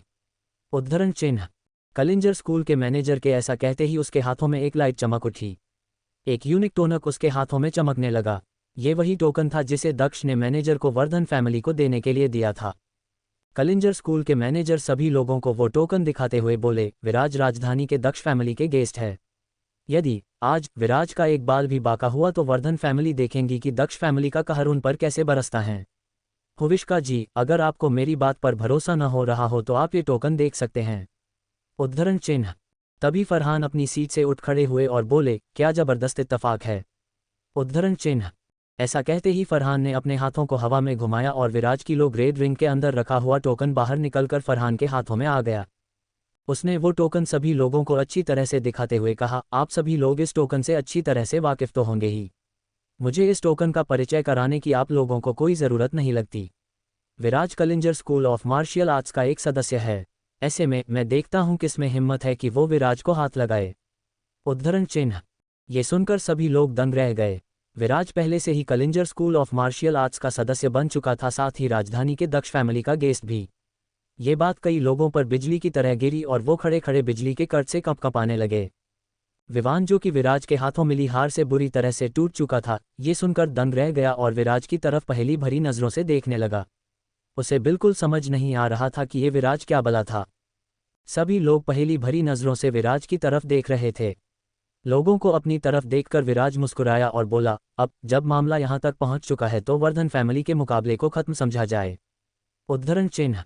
विराज की बातें सुनकर वहां पर एक सन्नाटा पसर गया। तभी उस सन्नाटे को तोड़ती कलिंजर स्कूल के मैनेजर की आवाज आई, विराज के प्रश्न का हुविष्का आप जवाब दे। उद्धरण चिन्ह। मैनेजर की बात सुनकर हुविष्का ने अधबके मन से कहा, हाँ बिल्कुल। विजर मुकाबले को ऑफिशियली समाप्त घोषित किया जाता है। विराज को इस मुकाबले का विजेता घोषित किया जाता है। उद्धरण चिन्ह। हुविष्का के ऐसा बोलते ही विराज के दिमाग में सिस्टम की आवाज गूंज उठी। डींग, कॉन्ग्रेचुलेशंस, विजर मुकाबला जीतने पर आपको 50,000 एनर्जी पॉइंट मिलते हैं, साथ ही एक लकी ड्रॉ टिकट पाने का मौका भी। ये सुनकर विराज के चेहरे पर हल्की मुस्कान आ गई। फिर उसने कलिंजर स्कूल के मैनेजर और फरहान की ओर देखकर कहा, आप लोग जिस तरह मेरे लिए खड़े हुए, ये मेरे लिए बहुत बड़ी बात है। मेरे लिए ये बेहद गर्व का पल है कि दक्ष फैमिली और Kalinjar school of martial arts आज मेरे साथ खड़े हैं। पर फिर भी मैं आपसे गुजारिश करूंगा कि ये मेरे घर का अंदरूनी मामला है और इसे मैं खुद ही सुलझाना चाहूंगा। उद्धरण चिन्ह। फरहान विराज से सहमत नहीं थे। वो बोले, विराज एक बार अच्छे से सोच लो, क्या तुम सीरियसली नहीं चाहते कि मैं मामले के बीच में ना पड़ूं? विराज ने जवाब दिया, फरहान सर, मेरी इतनी केयर करने के लिए मैं आपका एहसानमंद हूं, पर अगर मैंने आपकी मदद ली तो लोग मुझे कल इसका दोष देंगे, जो मैं नहीं चाहता। उद्धरण चिन्ह। इस पर फरहान ने कहा, ठीक है, मैं तुम्हारी बात रखता हूं। अगर तुम नहीं चाहते कि बाहरी लोग तुम्हारे घर के मामले में दखल दे तो मैं इस मामले से बाहर ही रहूंगा। उद्धरण चिन्ह। विराज ने हुविष्का की तरफ देखकर और वर्मन फैमिली के दोनों लोगों की ओर इशारा करते हुए कहा, हुविष्का जी, ये हमारी फैमिली का आपसी मामला है, मुझे नहीं लगता कि ये ठीक होगा कि हमारे इस मामले में बाहर के लोग दखल दे। उद्धरण चिन्ह। विराज की बात सुनकर हुविष्का का चेहरा अकड़ गया। वो वर्मन फैमिली के लोगों के साथ खड़ा था। बिना वर्मन फैमिली के वो इंद्रावसु का मुकाबला नहीं कर सकता था। वो अकेले इंद्रावसु को हरा नहीं सकता था। विराज ने उसे एक बड़ी मुश्किल में फंसा दिया था। अब अगर वो वर्मन फैमिली का साथ लेकर इंद्रावसु और विराज को वर्धन फैमिली से बाहर भी कर देता है तो भी ऐसा करने पर पूरे काल्पी सिटी में उसकी बदनामी हो जाएगी और उसकी कोई इज्जत नहीं बचेगी। ऐसे में वो वर्धन फैमिली का हेड भी अगर बन जाता है तो उसकी कोई वैल्यू नहीं रह जाएगी। वो मन में सोचने लगा, ये लड़का विराज जितना सीधा दिखता है उतना ही ज्यादा चालाक लोमड़ी है। उद्धरण चिन्ह। उसे तो विराज का ये कदम आत्महत्या जैसा प्रयास लगा था, पर अब उसे समझ आ रहा था कि ये विराज का एक मास्टर स्ट्रोक था और अब विराज ने उसे एक डेड एंड पर ले जाकर छोड़ दिया था। हुविष्का को एक दूसरा संकट भी समझ आ रहा था। उसने बड़ी मुश्किल से वर्धन फैमिली के कई लोगों को अपने फेवर में किया था, पर अब अगर उसने वर्धन फैमिली से बाहर के लोगों से मदद ली तो इन लोगों का साथ उससे छूट सकता था। ये लोग विराज और इंद्रावसु के साथ जाकर खड़े हो सकते थे। हुविष्का अभी भी उथल पुथल में था। क्या हुविष्का विराज की बात मानकर बाहरी लोगों को इस मामले से दूर कर देगा, या फिर वो बाहरी लोगों की मदद लेकर इंद्रावसु की सत्ता को उघाड़ फेंकेगा? इन सब के बीच विराज कैसे चीज़ों को हैंडल करेगा, जानने के लिए सुनते रहिए। अगर आपको स्टोरी पसंद आई हो तो लाइक करें और सब्सक्राइब करें और हाँ, टेलीग्राम लिंक बायो में ज्वाइन कर लीजिएगा। धन्यवाद। टेलीग्राम लिंक बायो में है।